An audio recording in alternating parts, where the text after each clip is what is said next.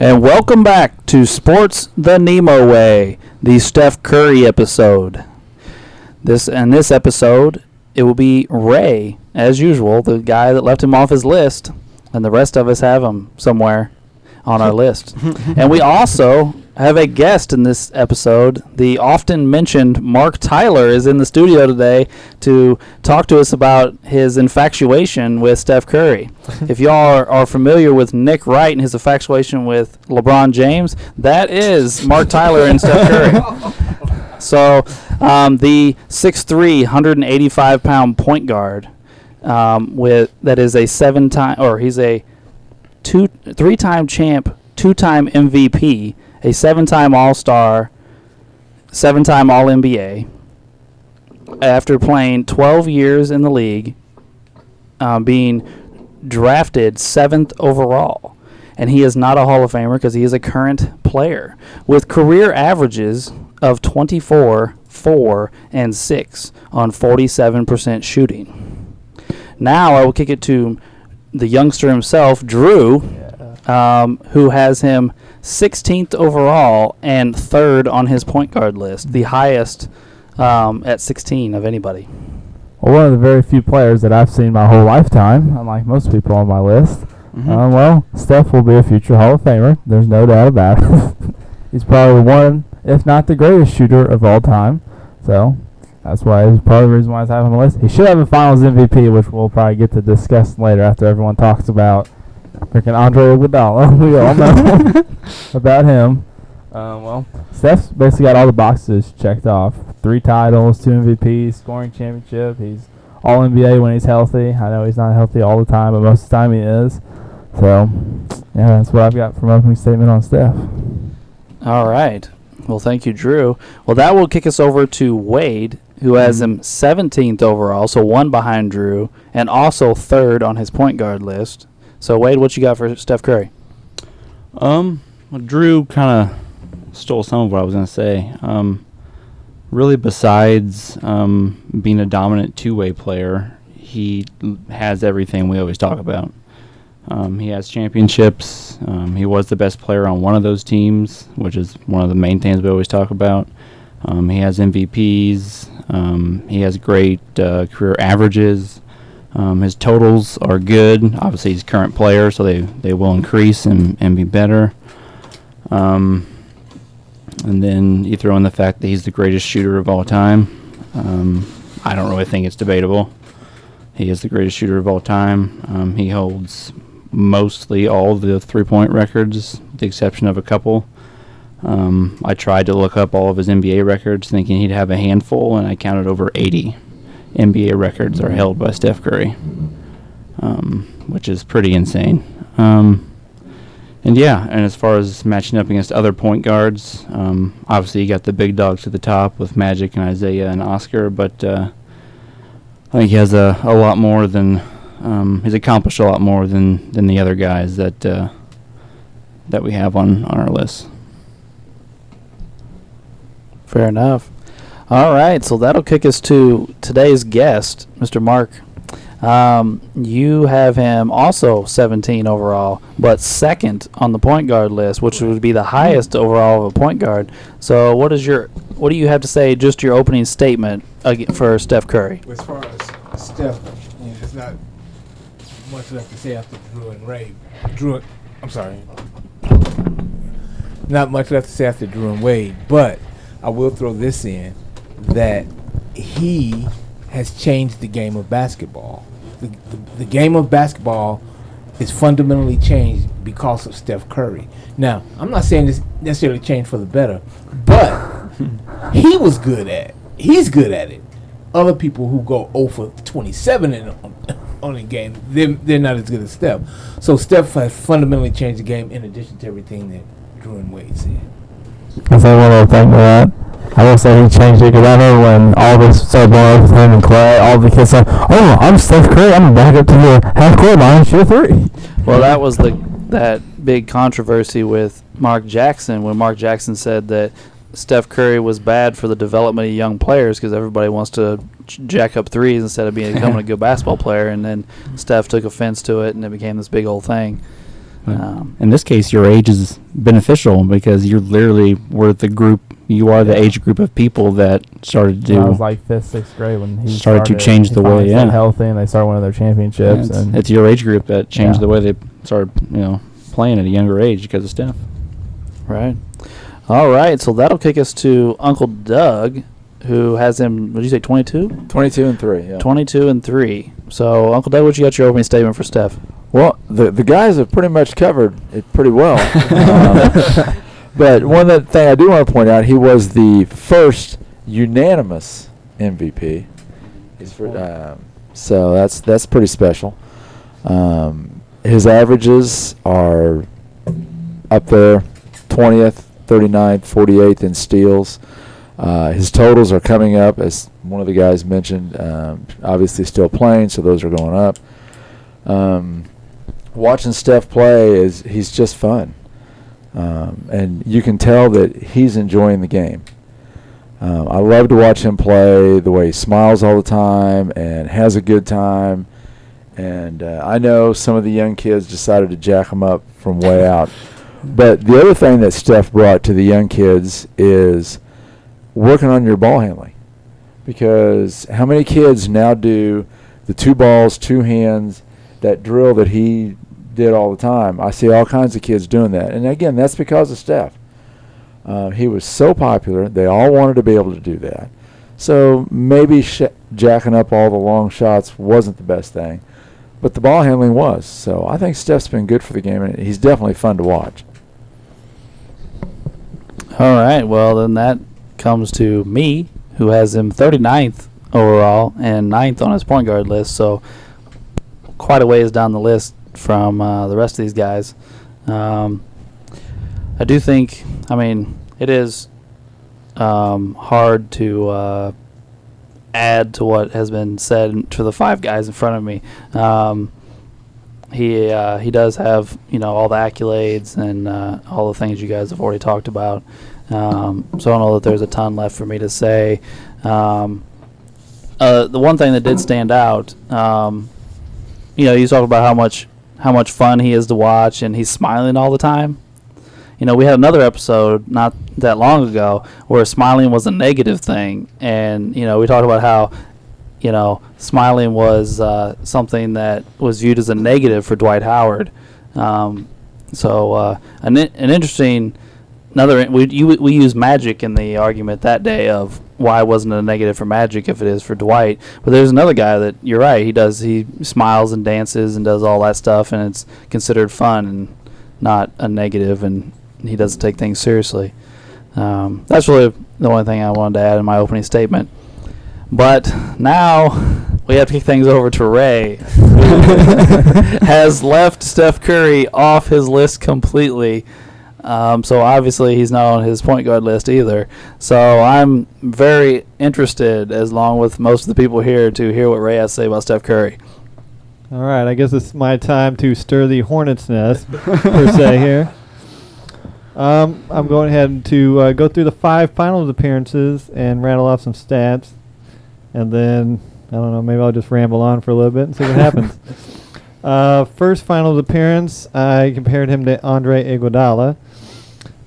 Steph and Andre in the turnovers column. Steph had 28, Andre had 6.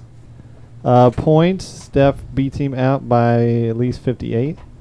Field goal percentage, Andre's 52 to 44. And 3-point percentage is 38 Steph to Andre's 40%. Second finals appearance, which he lost, turnovers 30. Third finals appearance, Steph had 19, but they got better only because they had more people handling the ball. So it kind of went down a little bit. Fourth finals appearance, it got even better, which I was really surprised. It got to 11 for the whole finals. And then in the fifth finals appearance, with a loss in dramatic fashion in 6 games to the Toronto Raptors, Steph had 17 turnovers, and Green actually had 30. So apparently everybody forgot how to handle the ball at that series. If you're a point guard, what are you supposed to control? The game. direct the players on the court, distribute the ball, score when necessary. He does that. Guess who isn't a point guard? Steph Curry. Who has never been the best player on his team? Steph Curry. The Warriors has always been a team of collective shooting. He won the MVP of the league at 23 points a game. Durant, let's be real, had 4 more points and pretty even stats. The next year at 30 points, he won the MVP, and James Harden had just as good stats as he did, getting edged out by a point.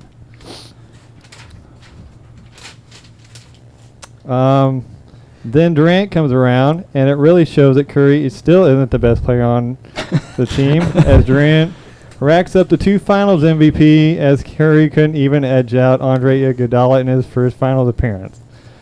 At this level, to be held in his high esteem, you have to be the one without a doubt, and in my eyes, he is not.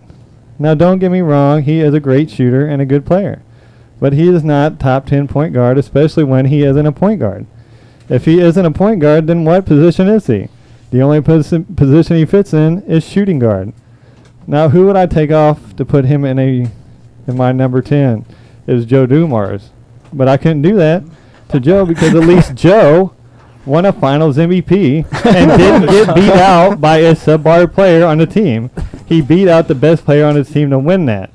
So in my eyes, he hasn't proven to me that he can take the game on his back in crunch time and win the big one. It's always been someone else. So until he does that, I can't put him on my list. I also compared him to one of my other shooting guards on my list, which is Vince Carter. I compared the first 12 seasons, since that's all Curry has played, and the stats are pretty close. The points is Vince 23, Curry 24. The assists are Vince 4.1 to Curry 6.4, and then the rebounds is Vince at 5.3 to Curry's 4.6. And Vince is also an exciting player too, just like Curry. The difference is that Vince Carter was the best player on the team he was on for those 12 seasons. As for Curry, he was not. So therefore, without him actually being the best player or being a point guard, I will not at this time be able to put him on my top 50s list. Very intriguing. Yeah. So, well, before I get too much into this, I don't want to completely rehash the Andre Iguodala situation. We did spend 20 minutes on that in an episode. Yeah, we did. So I don't really want to do that. But outside of that, well, forget it. Before I move on, because Mark has a look on his face where I feel like he really wants to say something. So I am going to just say this.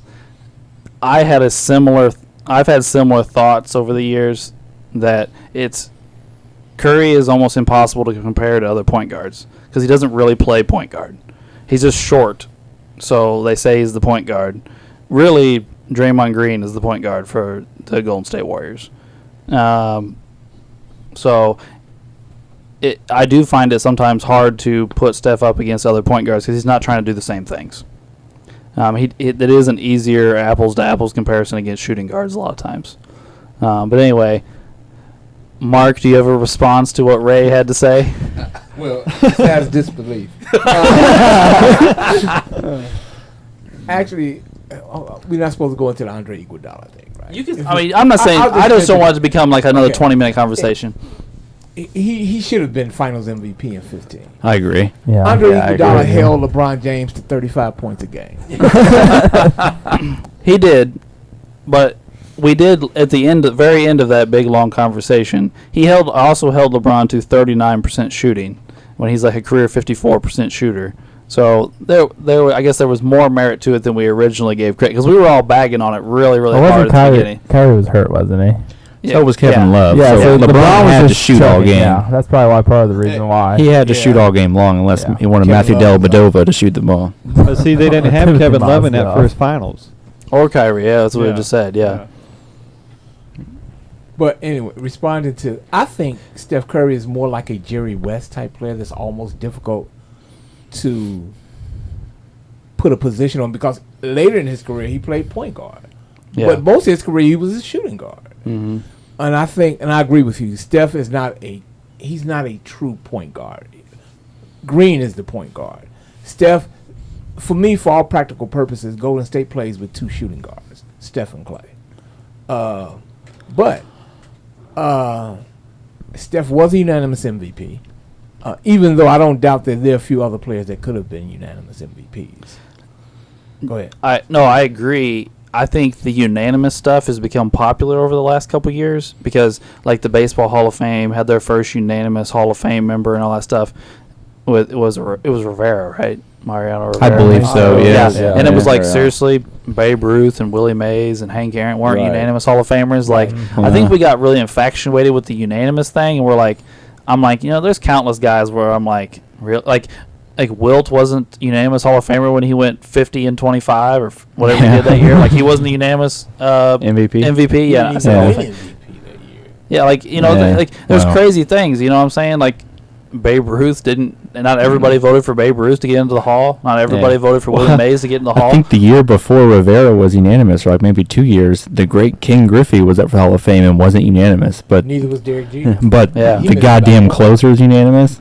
Yeah. He pitches 40 innings a year. Get out of here. He has 2 MVPs, which, are important. I do kind of agree with Ray. I don't want to completely rehash all these MVPs, but his first MVP was weak, but I thought he deserved his second one. His first one was what? I think the first one was a lot of just him turning around the Warriors. Stat-wise, there were players that had a little better seasons, I think. Because the first one, he was 23-8, 4.3, and 7.7. The second one is when he averages 30 points per game and does the 50-40-90 thing and has the NBA record for highest points per game average ever by someone to do a 50-40-90 season. Mm-hmm. So he deserved the second one. But I agree with the first one. You could argue some other people. Yeah. But I don't. Oh, sorry. Go ahead. I think his handprint, his fingerprint on the game is just unquestionable. He literally has changed the way basketball is played. Again, I'm old school, so I don't necessarily like everything about it, but he can do it. Mm-hmm. I agree. He has changed the game. I hate it. I don't just not like it. I hate it. But it's not necessarily Steph's fault. Right. I do think that Steph gets probably too much credit for changing the game, and Clay doesn't, because Steph can't do what he's done without Clay. Doing what he's doing. Because Clay was a very integral part of this too. Right. It wasn't teams didn't go out and take one player and run them off screens over and over and over again until they got open and shoot. Like, teams went out and decided we're just going to jack up threes. So we've got guys shooting 32%, shooting 6 threes a game. Yeah. We've got Russell Westbrook shooting 6 threes a game, shooting 28%. We talked about this in a past episode. Just because Steph Curry and the Warriors were so dominant doesn't mean the Charlotte Hornets have to shoot 43s. Exactly. That's kind of the thing. But as far as like from Mark's point of view, he was literally so good at something that was considered very hard to do that the entire NBA was like, whoa, maybe that's easier than we thought. We're all going to start shooting all these threes. Because he made it look so easy. And yes, Clay was a part of that. They are the Splash Brothers. Right. Not the Splash Brother. But yes. Yeah. He did that in conjunction with Clay, because Clay did some nice things too. Go ahead. I think the most impressive thing that Steph did was take over the league like that with LeBron still in it. Agreed. Agreed. Yeah. Agreed. And what's one thing I'm just going to address it right now. You don't think Steph was ever the best player on his team? Because I give you the Durant years, but I think he was definitely the best player on his team before and after. Let me put it like this. Okay, so you have the face of the team, then you have the best player. I think Steph Curry is more the face of the team, and it was more a collective unit of shooters than it was a best player and then a bunch of peons on a team. So then who would take the best player role? Because someone's got to be the best player. I don't think anybody even was. Okay. Well, I mean, I think it's just a big collective of shooting. okay. Well, I mean, I think it's most people would say he is outside of the Durant years, the best player on the Warriors before and after the Durant years. Right. I think That's usually the consensus. There. I'm trying to think of how many years it would have been. I mean, he was the but- MVP of the league twice. I mean, I think he was the best player on the team for at least 3 years, if maybe not 1 or 2 more. I'm not 100% sure. When he first got to there, his first couple years, Monte Ellis was averaging like 25 Monte a Ellis. game, and Ain't stuff. that name in a while. There was some other guy, and Steph was hurt a lot early on. he had those ankle issues Yeah, at the ankle beginning. Yeah. So I'm sure there was some years there at the beginning where he was not the best player on the team. Okay, was it and prime Curry? yeah, When he gets and to his then prime, he's right, the best and then player on the team. I mean personally, I think Steph's best player on the team 3 or 4 seasons there, and then Durant shows up, and Durant's the best player on the team, and Steph was really good this last year. I mean, led the league in scoring, I believe. he did. No, I'll give you that. He did show out this last season. I'll give you that season. But Yeah. What do you average? You average 30? 32. Average 32 this year. He won That's the pretty. scoring title this year. Yeah, without Clay, so the defenses were literally. I mean, that team sucked on offense besides him. So the defenses were literally just collapsing on Steph, and he still got 32 points per game. He's playing with Draymond Green. You don't think I they're mean- an offensive juggernaut? I mean, you never know. Average a triple single. Yeah. Yep. And he still shot over 40% from 3 while jacking up a ton. He's jacked And up a ton of deep, threes. too. Yes. I mean, like you said, the defense was all over him. He just backed up. Yeah. And still Shot shot like farther out. 41 or 42% from 3, which is Yeah. crazy. See, I think Steph embodies everything you want in your sports heroes. He came back from injury. The odds were against him anyway because he's a small kid. He didn't even shoot the ball from on top of his head until he got to high school. He was still like little kids shoot from their chest, and he was still Right. doing that up until 8th and 9th grade. He's a little guy. He was not widely recruited, and he didn't get where he is today by being Dale Curry's son, because people don't pay you $200 million just because you're Dale Curry's son. hell no. Fair point. Hey, let's be honest. Del Curry can't even get his wife's respect. So Oh. I mean, Lord have mercy. so I mean, I don't know how far that's going to get your kids in life. She's banging a tight end now. She's banging a Patriots an, tight end. an ugly tight end. A tad. Yeah. They said they were putting pictures up on thing the other day, and I was like, dude, he's not even decent looking. Like, what the hell's going on like here? Steve Johnson or something? Yeah, That name? Steve Johnson or something. I never even heard of him. They said like she got caught hooking up with a tight end, and I'm like, well, the only popular one's Gronk, so we'd know if it was him, and the other one's dead. So who was it? And they're like, it was Steve Johnson, and I was like, who's Steve Johnson? He's a real estate agent. My middle name is Big. Steve Big Johnson. There you go.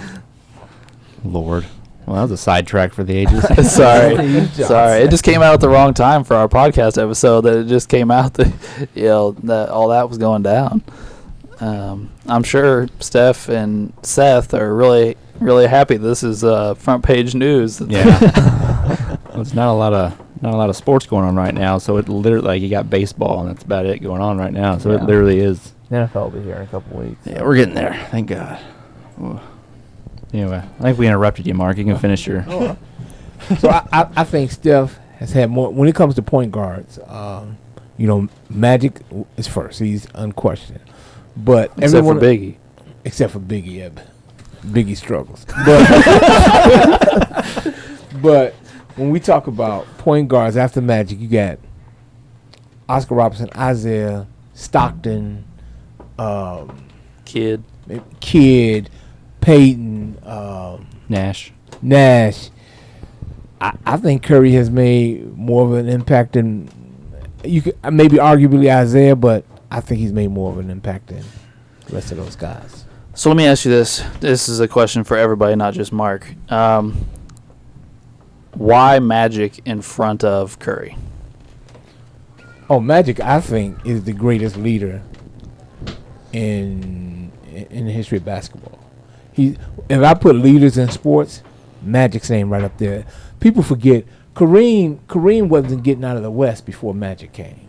He lost in the playoffs after he won the championship in 71, made it to the finals in 74. They should have beat Boston and didn't. And then he just languished in the West until Magic showed up. Magic is the fuel behind Showtime Lakers. That is because of Magic. So that's why Magic as a point guard, he's unquestioned. Now, people can shoot better than him. You can say some people they can handle the ball better than Magic. Few can pass better than Magic though. But Few or none? For the point guard position, none. Between Magic and Bird in terms of passing, but I think when you talk about Magic, you automatically think Bird too. Those two did something to the game that was just unreal. They took the game a whole new direction than it had ever been. So no point guard before Magic. Okay, same question. Or anybody else? I mean, I just think he elevated his team, elevated everyone around him. His passing was, I think, the greatest ever.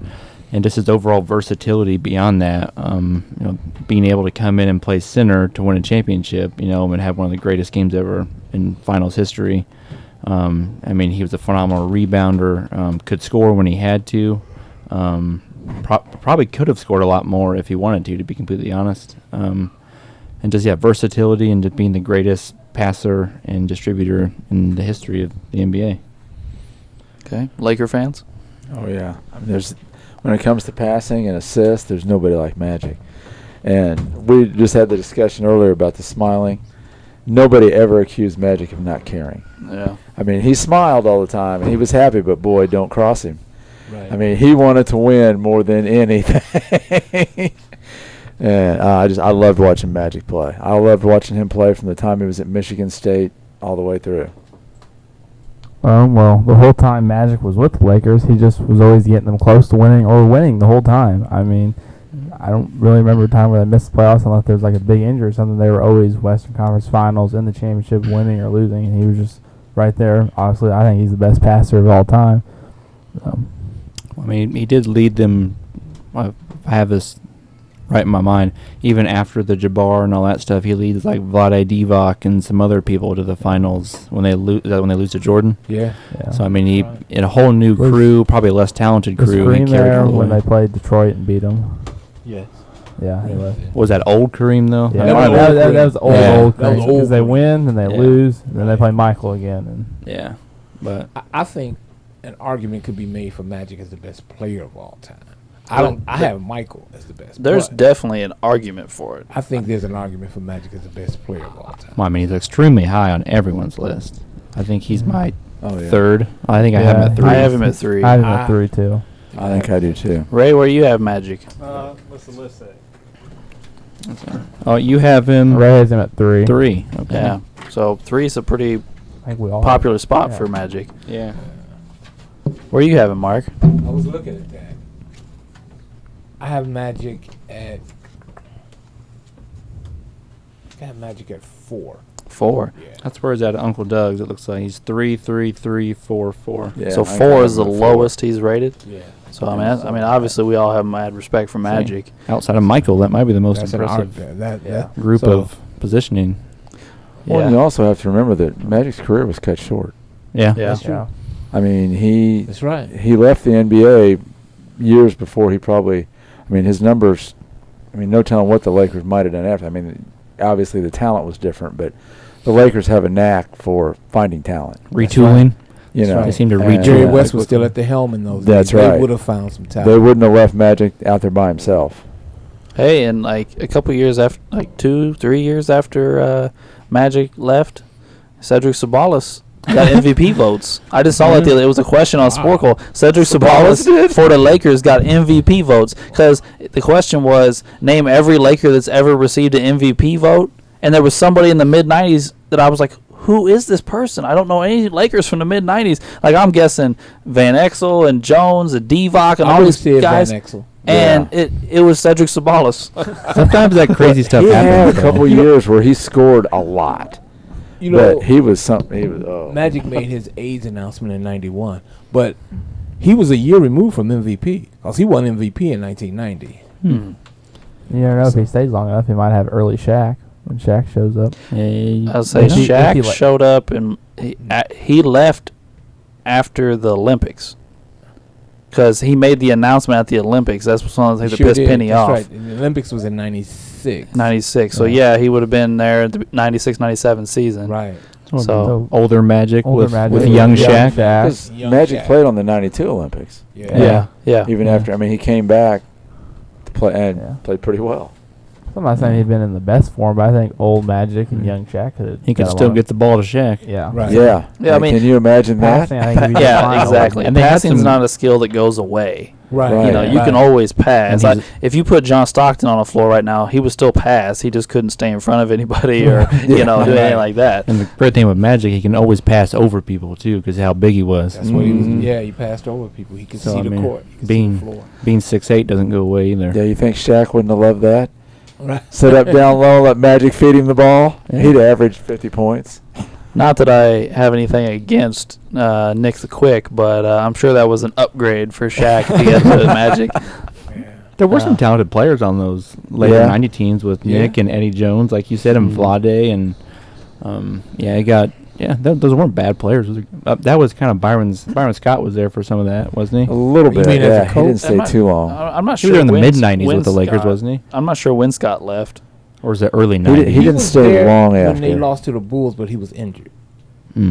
He was their leading scorer one of those years. One of the years after Kareem, Byron Scott was the leading scorer for the Lakers. That makes sense. Well, I thought he stuck around at least through the early 90s. He at stuck around least. for a while. I don't Well, remember how long. we had Byron Scott on the Pacers for a while too. Well, he bounced around there for a Yeah, little he bit. was a lot of Because I places think after he left the played Lakers. For Toronto for a year. Yeah, I think he was in New Jersey for a year. I think he played in New Orleans. Yeah, he was all over the place for there for a while. Anyway, you obviously don't have Curry on your list, Ray, but you have Magic at 1. So do you have anything to add before I move on from this question? I mean, not really. I just feel like Magic Johnson just checks all the boxes and destroys the boxes. Good point. That's fair. I mean, really, Mark pointed it out. Like, the biggest weakness to Magic's game to point at is shooting. And when you say shooting from deep, not he was a good free throw shooter and stuff. So but yeah, I mean, Magic. You're right, Ray. He really is a box checker. You know, he did a little bit of everything. So yeah. So then that Curry is next on Mark's list at 2. Right. But then Drew, Doug, and Wade have Isaiah in I front of have him? Oscar. Correct. Yeah, I have Oscar. I have Oscar and Isaiah in front of him. I Okay, went so- back and forth with Isaiah. I have Isaiah at 2, and then I have Big O, and then Steph. I have Isaiah at 3. So he's obviously in front of Curry. Who's your 2? Stockton. Stockton. Okay. I have Stockton at 2. So I'm just gonna get into my point guard situation here, guys. I've thought a lot about the Curry situation over the last 2 weeks, I guess, because we haven't recorded in 2 weeks while getting ready for this episode. And I will admit that if I was to remake my list today, Curry would be slightly higher on my point guard list. Okay. I didn't even realize it till looking this week that I have Kuzi ahead of Curry. So I'm going to address that actually with Ray before the podcast is over. I already have something planned. So I will say that he would definitely move in front of Kuzi. I don't know from there where he would move, but he would be higher on my point guard list than he is now. But I guess my big thing is, Curry doesn't do what I expect a point guard to do. He doesn't run the team. He doesn't run the offense. He doesn't distribute and make others better in that way. He is a shooter, and he does what shooters do. He shoots. He runs off screens while somebody else distributes the ball. And the guys I have in front of him, or at least for the most part, do that really well. I mean, everybody brought up that for Magic. Everybody was like, well, Magic's passing. Magic's getting other people the ball. Magic making others better. It's because that's what we want a point guard to do. that's also why John Stockton is high on my list. You know, the two things we most expect to have a point guard, John Stockton's the all-time leader in. And, you know, Isaiah is another big-time assist guy. Kidd, Nash, Paul, all huge assist guys, all running your offense, controlling the game, controlling the tempo. You know, most of these guys, not Nash necessarily, but most of these guys are superior defenders to Curry. You know, and so that was one of my things is not I obviously think Curry's a great player because I have him in the top 40 all time. So I'm not saying he's a bad player. It's hard for me to classify him as a point guard. So it's hard for me to judge him against other point guards because he's not doing what I need my point guard to do. So that was one of my biggest knocks on Steph Curry. One of the things I find, one of the things I think of when I think Curry is, he's the greatest shooter ever. Mm-hmm. He is the flat-out greatest shooter ever. And the thing that you need to do in basketball is be able to shoot the ball, and he does it better than anybody's ever done it. That's why he has the spot on my list. I like the fact that he overcame the odds. I like that's attractive to me to see people overcome odds. So I like that. You know, and let me say this. To me, I think often left out of this argument is Klay Thompson. I agree with you. Klay Thompson has something to do with this because Klay is also a greatest shooter. As a matter of fact, Klay himself is probably in the top 5 ever. There's an argument to be made that Klay's a better shooter than Steph. I don't know that I contribute. I don't know that I ascribe to it, but there is an argument. Every year he shoots better from 3 than Curry does. And what you have is at least probably 2 of the greatest shooters ever on the floor at all times. That they create for each other. You know, they create for each other. So I think Klay's a better catch and shoot, set and shoot than Steph, and Steph is better off the dribble shooting than Klay, and it goes back and forth. Right. As far as, I mean, yes, all those guys are better passers than Steph. I'm not going to try and argue that. But Draymond doesn't run the team all the time. Steph does run the team off and on with Draymond, and he is a decent passer. I mean, it's not like he's just terrible at it. Right. He's a decent passer. Not phenomenal, but decent. And it's not really like he's hurting the team. He's doing what he has to, and he was the main man on one of the greatest offenses ever, doing what he was doing. So it's not like his lack of passing was hurting his team. Even before Durant got there, they were lighting people up and setting records with him doing what he did with that offense. So, I mean, I don't know. Yes, in a different system, he probably wouldn't be able to do some of the things passing-wise as some of those other guys, but those guys can't do what he does either. Right. So I think you can kind of flip some of that. I was looking at the top 4 on my list, like from each position, and you can say all of them were phenomenal at something. Yeah. All of them were phenomenal at something. And Steph is a phenomenal shooter. No doubt. Ray, you don't even think Curry is not a good shooter, right? No, I acknowledge that he's a great player, but I mean, where do you classify him at is where I kind of draw the line, and I just don't know where to put him, and that's where I kind of got with the Joe Dumars, kind of slide hand. Okay, so let's just get into the nitty gritty of this, Ray. We're gonna have to come at you a little bit here. I think the most obvious question is, how can your favorite player of all time be Reggie Miller and you have such disdain for Steph Curry? I mean, I don't have disdain for I understand that he's a great shooter and everything, but there's just not a spot on the list for him on my list. Like, he's not a point guard, and I'm definitely not going to take Joe Dumars off because if you can't beat out Andre Iguodala for MVP, then you can't be on number 10.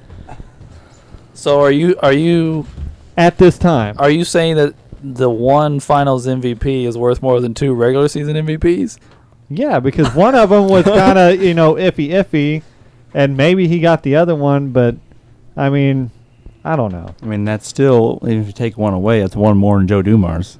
I mean, that's true. And, I mean, when he lost the Finals MVP, he averaged 26 points per game, 5 boards, 6 assists, 2 steals, and shot just under 40% from 3 and 44% from the field. So, I mean, he's clearly the best offensive player on the team, head and shoulders. I mean, yeah. And then, I mean, yeah, I don't know. And maybe I'm over dramatizing it, but It was To highway me- robbery. to me, I have and everybody's went through my list and this crazy journey we call a podcast, where I've started with Mark Jackson, which is the textbook point guard. Steph Curry is not even close to that. He's not a point guard, so he can't go on the point guard list. And that's where that's where the nitty gritty is. He's not a point guard, so he's not going on the point guard list. Well, as somebody that I guess is the closest to agreeing with you, Ray, I mean, that was part of my argument as well. It's hard to classify him as a point guard. But I have to lean a little bit the other direction, close to what Wade was saying, is no, he's not going to do the same things as Mark Jackson. You're correct. But his output is so much more than Mark Jackson. I mean, I don't have Mark Jackson's stats right in front of me, but Mark Jackson is another guy we talked about being a triple single, didn't we? Yeah. I think he was. I mean, he has a ton of assist totals. Outside of that, though, the argument gets weak. His assist totals, I believe, are like top 5 all time. But other than that, it kind of falls apart. I think one of the things, and Ray alluded to it, and you did too, Alex, he doesn't do what we expect, quote-unquote, our point guards to do. But that just means he's a hybrid player. He's not called upon to do what traditional point guards do. Just like, I mean, for instance, in the NBA today, you hardly have a 4. They're not like... That's true. They're not like the 4s in the 80s and 70s were bruisers. These guys were enforcers. They don't have that. They don't even have that position in the NBA now. So, and I had this argument on one of my forums on Facebook. So Kevin Durant is listed as a 4, and he's listed as a small forward, a power forward. I mean, he would never play power forward back in the 80s. I mean, Giannis plays every position on the floor, but we have to classify him as something. Right. LeBron does everything. We have to classify him as a small forward. Right. So let me ask this, though, while we're on the topic. I agree with you, Mark. Durant wouldn't probably be able to play the 4, and a lot of other areas of basketball, they'd just beat him up. Right. He's too skinny. But how much of that stuff, the stuff we're talking about, Durant being allowed to do that, Draymond being allowed to play center, LeBron being able to play down center, other guys, is contributing to guys like Steph Curry being as good as they are, because there's no shot blockers on the floor and everybody's standing in three-point land instead of in the paint. So it allows a lot of guys to finish when they wouldn't be able to finish at the same rate they used to. The game. We've all said it over the course of the last 6 months we've been doing this podcast. This is the easiest era ever to score in. Nobody's pushing you, nobody's shoving you, nobody's fouling you hard because you get suspended. Nobody's hand checking you. There's nobody at the rim meeting you most of the time. I wish they would allow hand checking. I get tired of the ticky-tack fouls. I get frustrated. I'm like, really? It's almost like if you throw a mean look at a person. Tee him up. It's true. That's the other thing I wanted to bring up today was, again, we're talking about a current player, but somebody that's pretty much played their entire career. Well, they have played their entire career after 2010.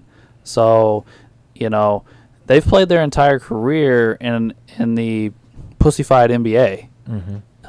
What does that do to the way you look at them? I mean, because I don't think nobody here is going to deny that it's really, a lot of things are a lot easier now than they used to be. But the NFL has that same problem. Yes.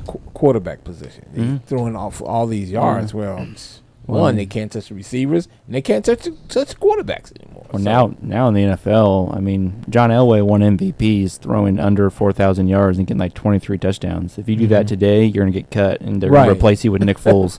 I mean, and now they're adding another game, so they get a whole other game to throw. Yeah. 400. My boy Peyton Manning's single season stats records are going to get broken now because they're adding another game. I'm just going to give it to you this way, and this is the guy I like. But Matt Ryan's going to throw for more yards than Peyton Manning. Yeah, it pisses me off. Matthew Stafford is going to throw for more yards than Peyton Manning. Matthew I hope Stafford's he going to does. go off I'm this better with year. Stafford. I like Stafford, but And I don't have anything against either of those guys. I actually like Matt Ryan. I don't have anything against Stafford. I don't have strong feelings one way or the other. But they're not some of the greatest quarterbacks of all time. Right. no. You know, Well, they I mean, don't deserve to be in the same conversation as Brady and Manning and Favre and those guys. But they're gonna break all those records. Well, I mean, it was crazy that not that long ago, Marino had done things that had stood for 30 years, 25 years, and some of them looked untouchable. And then Peyton and Brady broke them, but barely broke them, and kind of, but they're two of maybe the three greatest quarterbacks ever. We can argue that some other time, but now they've keep changing the rules even more, and then now Marino's already falling down the list terribly in yards. yeah, Breeze has And passed him now too. Because Breeze was a good quarterback with the Chargers before all the rule changes, and then more and more rule changes happen, and and then his stats go up and up and up, and to the point where he's the all-time leading passer. He went from a good above it. I don't want to downplay it. He was a really good quarterback with the Chargers. Then he went to a great quarterback with all the rule changes, and it's just all the changes just make everything bleh. Brady will probably pass him this year. Well, yeah, because he retired. Yeah, Breeze retired, so Brady will. Brady Yeah, will hold Bra- all the I records. think Brady's only like 1,200 yards short. Yeah. So I mean, Brady's gonna unless play he gets hurt, he's Brady going to will pass probably him. Play Yeah. about 7 more years. Yeah, he'll hold every record because he won't Yeah, quit really. playing. He won't quit till he has it all. Our only chance is Mahomes to beat him. And I want to say I know this is becoming a football conversation, but I want to say every time I turn on the TV, whether it's Fox, whether it's ESPN, whether it's a podcast, whatever it is, they're talking about how impressive it is that Tom Brady's playing until he's 40. He's 44 this year, and I'm not saying it's not impressive because it is. We've never seen this before. Tennis Verdi was in the league at this time, but he wasn't playing. He was sitting on the bench. Warren Moon probably the only other one. Right, but. Also, the reason he's able to do this is nobody's hitting him anymore. Right. He's not getting No. hit. It's too untouched. Guys, He doesn't, and he doesn't run, and he doesn't Yeah. run, so he never gets hit downfield. That's true. yeah, I too. mean, you're 100% right there. But lots of guys, Manny never ran. Lots of guys didn't run, but we took the rules out. If you take one step and hit the quarterback after he throws the ball, that's a penalty, 15 yards. Everybody's yelling, screaming at you. The offensive lineman going to fight you afterwards. Right. But back in the day, you took 3 steps to hit the quarterback. Nobody cared. No, right. It was part of the game. I got Yeah. 3-step hit like 4 times the other night. So this is dumb. So it's one of those things. Well, I was actually having a conversation off air with some, not any of you guys, earlier today about rule changes in sports. And we talked about the passing boom in football. And we talked about the 3-point boom in basketball. Right. And how nobody hits the ball anymore in baseball because everybody swings for a home run on every single pitch. And now everybody hits 230. But they hit 25 home runs, guys, so don't worry. Right. That's the thing. If we had like 20 guys in the league hit 60 home runs every year, I'd be like, oh, wow, this is really working. But like we're having guys sell out and hit barely over 200 to hit 25 home runs. It ruined Matt Carpenter's career, and I liked Matt Carpenter. Oh yeah. And Matt Carpenter, they're like, hey, we need to bat you fourth. We need you to start hitting some power. So one year he hits 26 home runs, but he bats 220, and we're like, dude, you used to be a 300 hitter. Like, what are you doing? Right. Well, even the top guys who are hitting home runs, where are they at right now? Like 40? Are they even the 50 yet? Well, Otani's at 40. Yeah, he's at 40, and the rest of the league's still at 30, and we're supposedly in the Otani's home that run the dude era. Who pitches and hits? Yes. Yeah. Yeah, and he's leading the He's league in from homers. Japan, right? Yeah. He's fallen off since the All-Star break, though, hasn't he? Yeah. Yeah, he was at 33 at the All-Star break, and he's only hit like 7 Yeah. since. Yeah, I But thought so. still, if you were pitching and hitting 40 home runs, that's Well, it's really impressive. good. I understand he has that little. I think he's hit a little wall. Yeah, I think you're right. My point being though is that as a general rule in sports, we're making the game one-dimensional in all the sports. We're making the game harder to watch in a lot Somebody of sports. decided we needed more offense and everything. Yes. And so to create more offense, let's sever defense. Yeah, all the rules you see come into the league now are pro offense Pro in all offense. leagues. In all leagues, right? Right. I mean, you think about it. In a short period of time, we didn't just take the hand check out. A few years later, we drew that arc under the rim, and a defender can't stand in it. Right.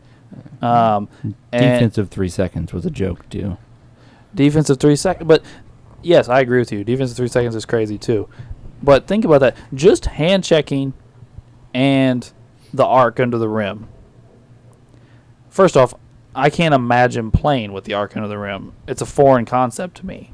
I don't know about the rest of y'all, but it's hard for me to even think about playing that way. Like, I have to look it down at my feet while I'm standing in the paint to see whether I'm in the right place or not to contest a shot or to take a charge or whatever like that. That's not something I ever had to worry about in my entire life. So it's hard for me to think about. But this is such an advantage to the guy trying to score the ball. Right. Yeah. And also, like, we're talking about LeBron James. He's been widely considered the best player in the league for, a decade now. Long time. Mm-hmm. Yeah. Think about series in the past, in the playoffs, where we've seen him really struggle. Roy Hibbert, Hassan Whiteside. We saw him struggle mightily to score over these guys, and that was the regular in most of the history of the NBA.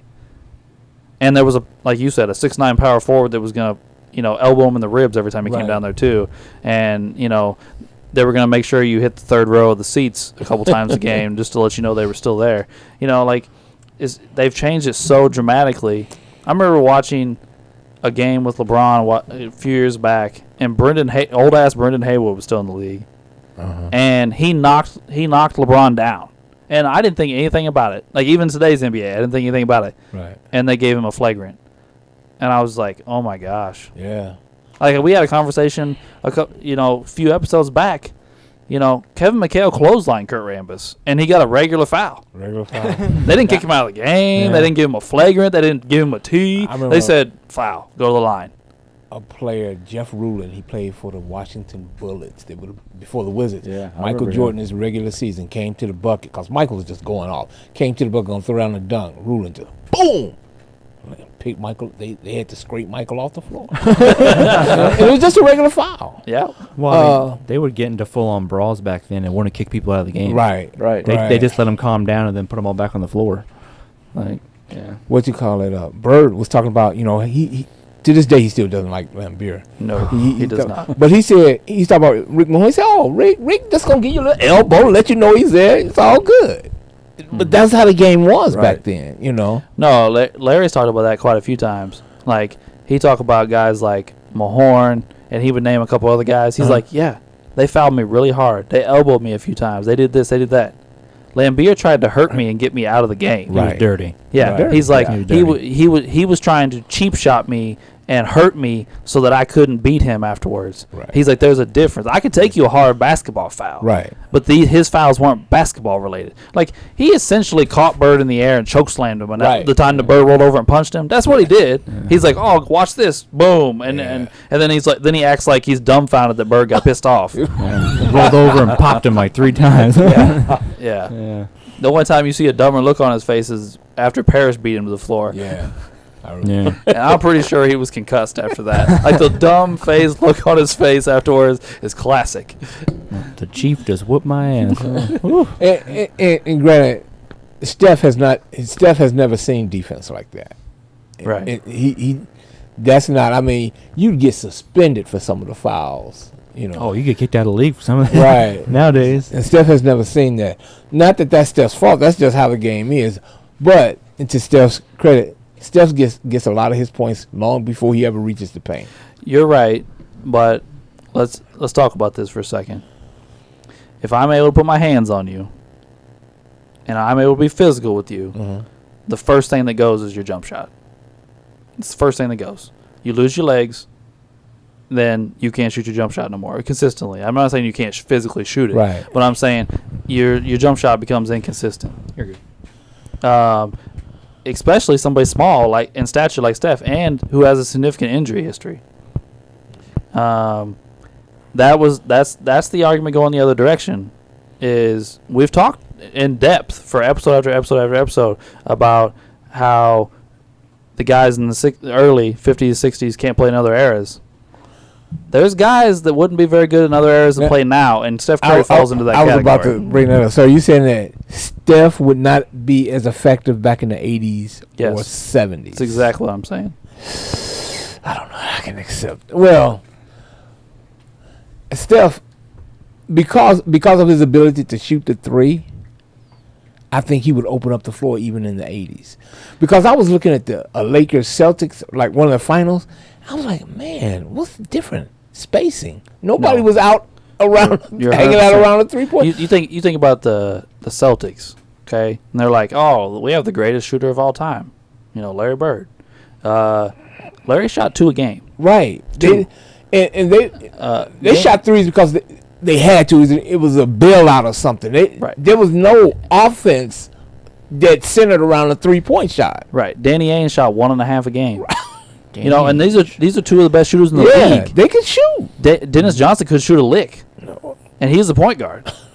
So it's like, it's so foreign of a concept. Let's look at it right here. I got it pulled up right here. Steph shot 12 threes a game this year. Yeah, 12. Crazy. 10 more a game than Bird attempted. Like it's almost like a different sport. Yeah, back in those days, it was like when you shot a 3 and nailed it, it's like, whoa. It was a big thing. It was almost an event. Now, That's why some people were mesmerized by Bird, because he hit a lot of crazy threes, and back then that wasn't popular. Right. Well, I mean, what was it? The Memphis game? Was it in the play-in game or the Warriors played? Curry shot like 22 threes. Yeah. I mean, he jacks him up. I don't think anybody argue that. I mean, it's like, that's what I'm saying though. Like, it's hard to even think, because you look at a highlight or a game from the 80s, and on defense, 4 guys are standing in the paint. that's right. And one guy's out dealing with the point guard. Yeah. So there is a case to be made. I'm not saying Steph absolutely could not play. I'm not saying in the 80s they'd be like, oh, send him home. He cut. Right. I'm not saying that. I'm saying I find it very hard to believe Steph Curry would be what he is today. Because of the physicality, and let's be honest, they probably just wouldn't let him. The coach would be like, what the fuck are you doing? Go sit down. Well, right. Well, that would have been a mentality back then. You can't.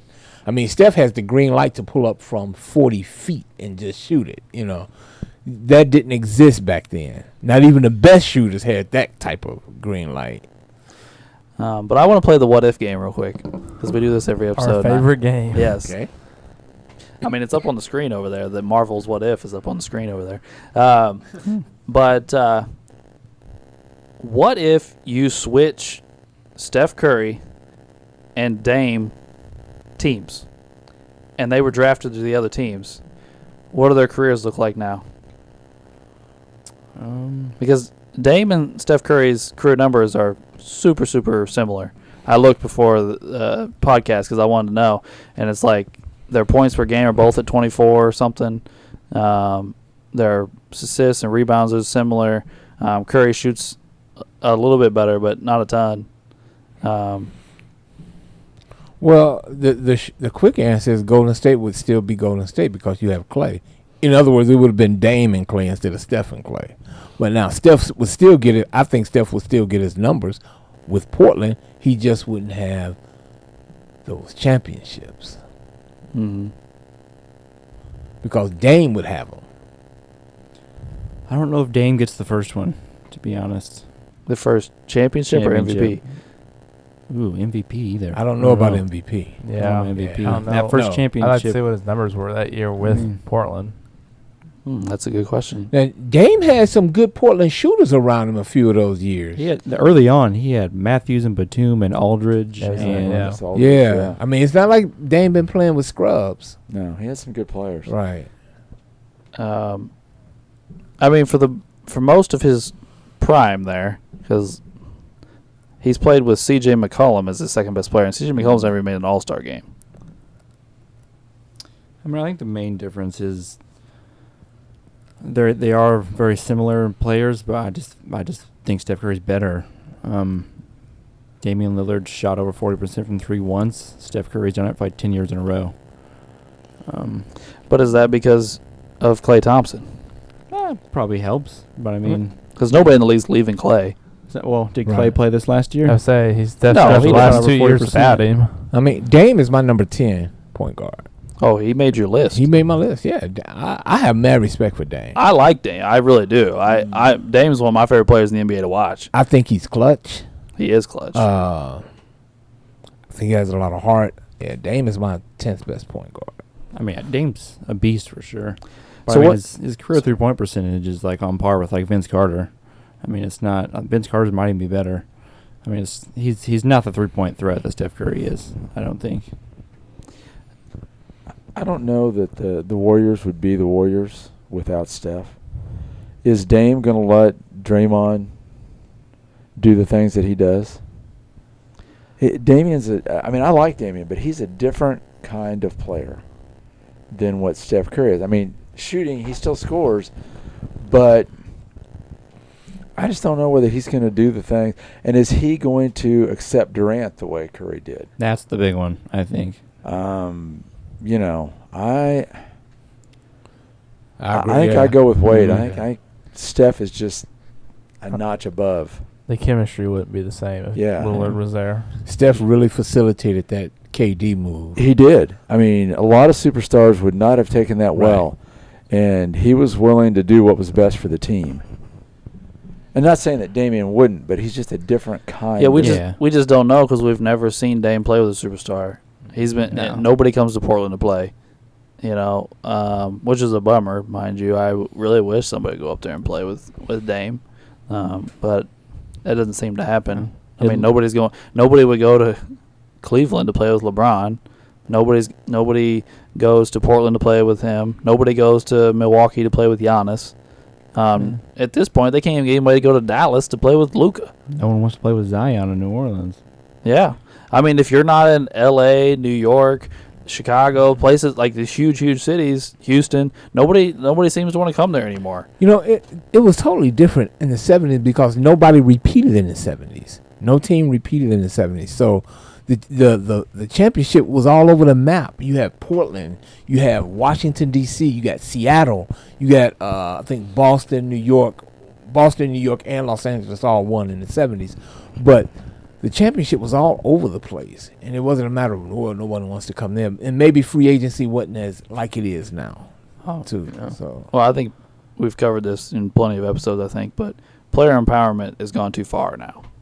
it is Where Probably. the league, the owners have no power, and Adam Silver is a LeBron kiss ass, and the players, no matter how many years are left in their contract, say, "Get me out, or I'm going to screw your franchise over," and they do it. So it's a weird time. It can be almost a sad time to be an NBA fan, depending on who your team is. That's why I 'Cause- quit rooting for teams. I just have favorite players. that's how this generation is. It's Yeah. players because it's a professional AAU league. It's hard. I'm an Orlando Magic fan. I've said that on plenty of episodes. And nobody comes there. No. And- Which was the opposite in the 90s. Everybody wanted to go to Orlando. It was the place to be. It was the happening place in Orlando. You think so? You think everybody In wanted to the come back? 'Cause 90s? Shaq left. Yeah, Shaq left because Shaq. I think Shaq left because he wanted to be Mr. Hollywood too. But when early Shaq, Penny, Nick Anderson, Dennis Scott, I think. Dennis that was his Scott, name. yeah, 3D. Man, they were happening. They were the end thing. Horace Grant went to play with him. Yeah, Horace that's went true. there. Horace Yeah. went there. Yeah. He was a really good player. So did Championship Grant Hill. Well, yeah, Grant Hill signed to play with T-Mac. Yeah. Yeah. Duncan was- almost went. Duncan, Yeah, very Duncan close. almost That was agreed very to close. go there. See, I didn't know. The coach Did screwed he that really? up. Doc Rivers. Doc Rivers screwed it up. He wouldn't let his wife. He wouldn't Come let his on the wife plane? fly on the plane. So he decided to stay in San Antonio. He was going to go play with T-Mac and Grant Hill. Oh, that would have been nice. That would have been Because even if championships. Grant Hill's hurt, T-Mac and Duncan together, that's deadly, man. You know, I was in looking the at East some. too, not the Yeah, West. that the would've East. been. They would have. Well, Yeah. I'm trying to think what years those would have been. Early 2000s. They would have been. They would have been meeting versus Shaq and Kobe. Shaq and Kobe, yeah. They would have met Shaq and Kobe probably in the finals, and that Who would have should- been some battles.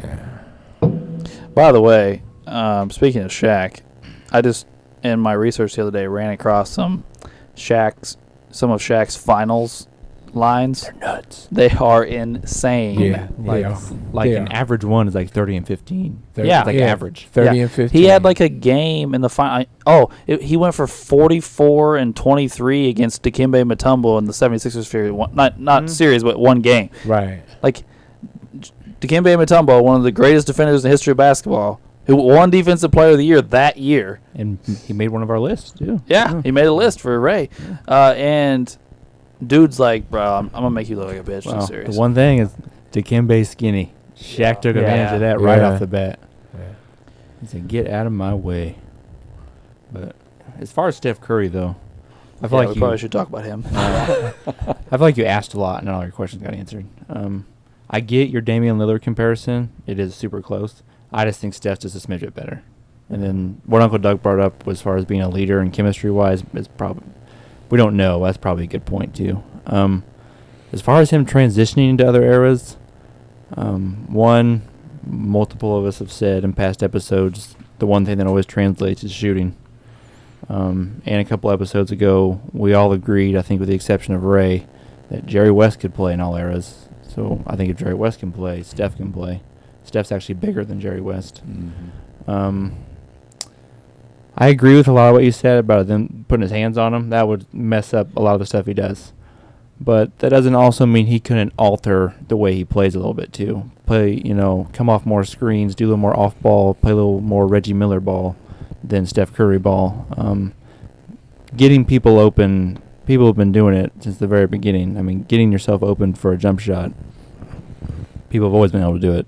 So I don't think it would probably affect him some. And those wide open layups that he gets due to his shooting would be clogged up in the lane. So I'd give you that one probably. But overall, I think he's going to have a similar impact. At least close to the impact he has now. That's my opinion. Awkward silence. Yeah. I agree with Wade. 100. I think Steph would be very effective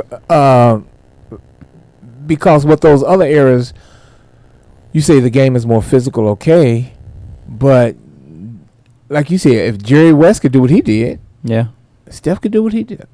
Steph could do what he does. Steph, actually, compared to a lot of our point guards, Steph, outside of Magic, is one of the biggest ones. He's, like 6'3", 6'4"? About 6'3", yeah. 6'3", So- 185 so, is yeah. what he's listed at. A lot of That's these, true. a lot of these great point guards are actually a lot smaller than him. I think Oscar Robertson is a little bigger than he is. I think you're right. Yeah, Was he? Oscar But, was yeah. about 6'5". Well, Right, he's about 6'5", Well, Steph's like an and he inch was tall. extremely strong.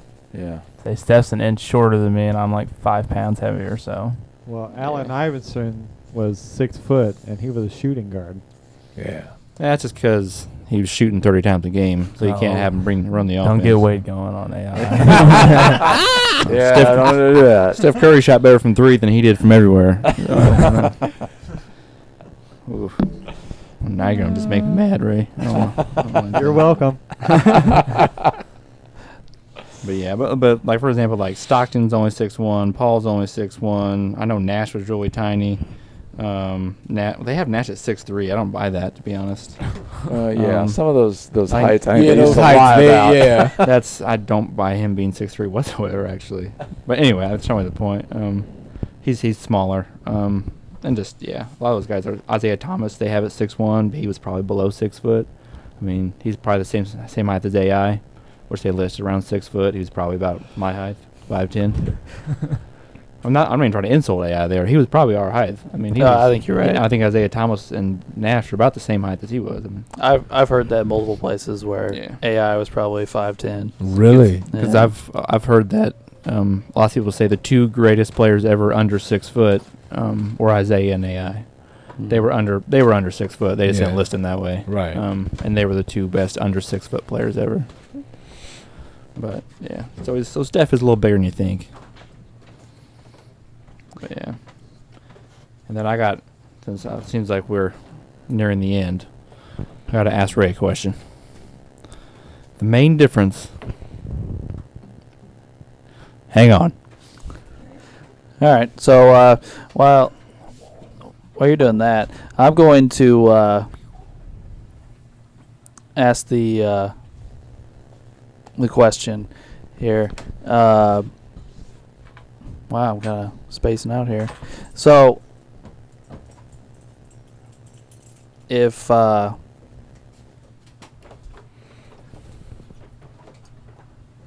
lost my train of thought completely, guys. Sorry. No, you're good. Well, I was going to Go ahead. ask Ray. We were talking, you were talking about Mark Jackson and Steph, and how Mark did so much with this. And Mark is high on the assist list, but he averaged 8.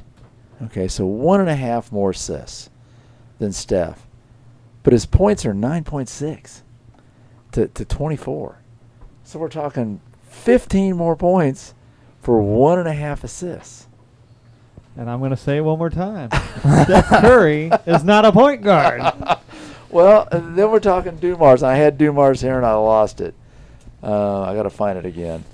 But so we had Dumars listed at shooting guard, didn't we? Yes, we Yeah. did. Yeah. Sorry, I had the page and moved a finger. Oh, here it is. Okay. All right, so Joe had 16 points, which 8 less than Steph. 2.2 rebounds. I mean, Steph out-rebounds him by 2 rebounds.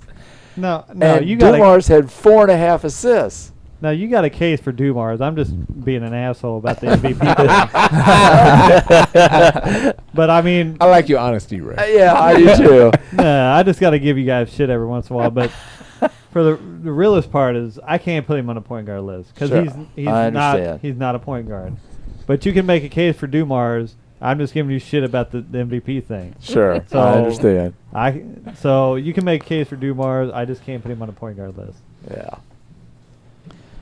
Well, we got a little bit of a concession there from Ray, so I guess he is open to some things.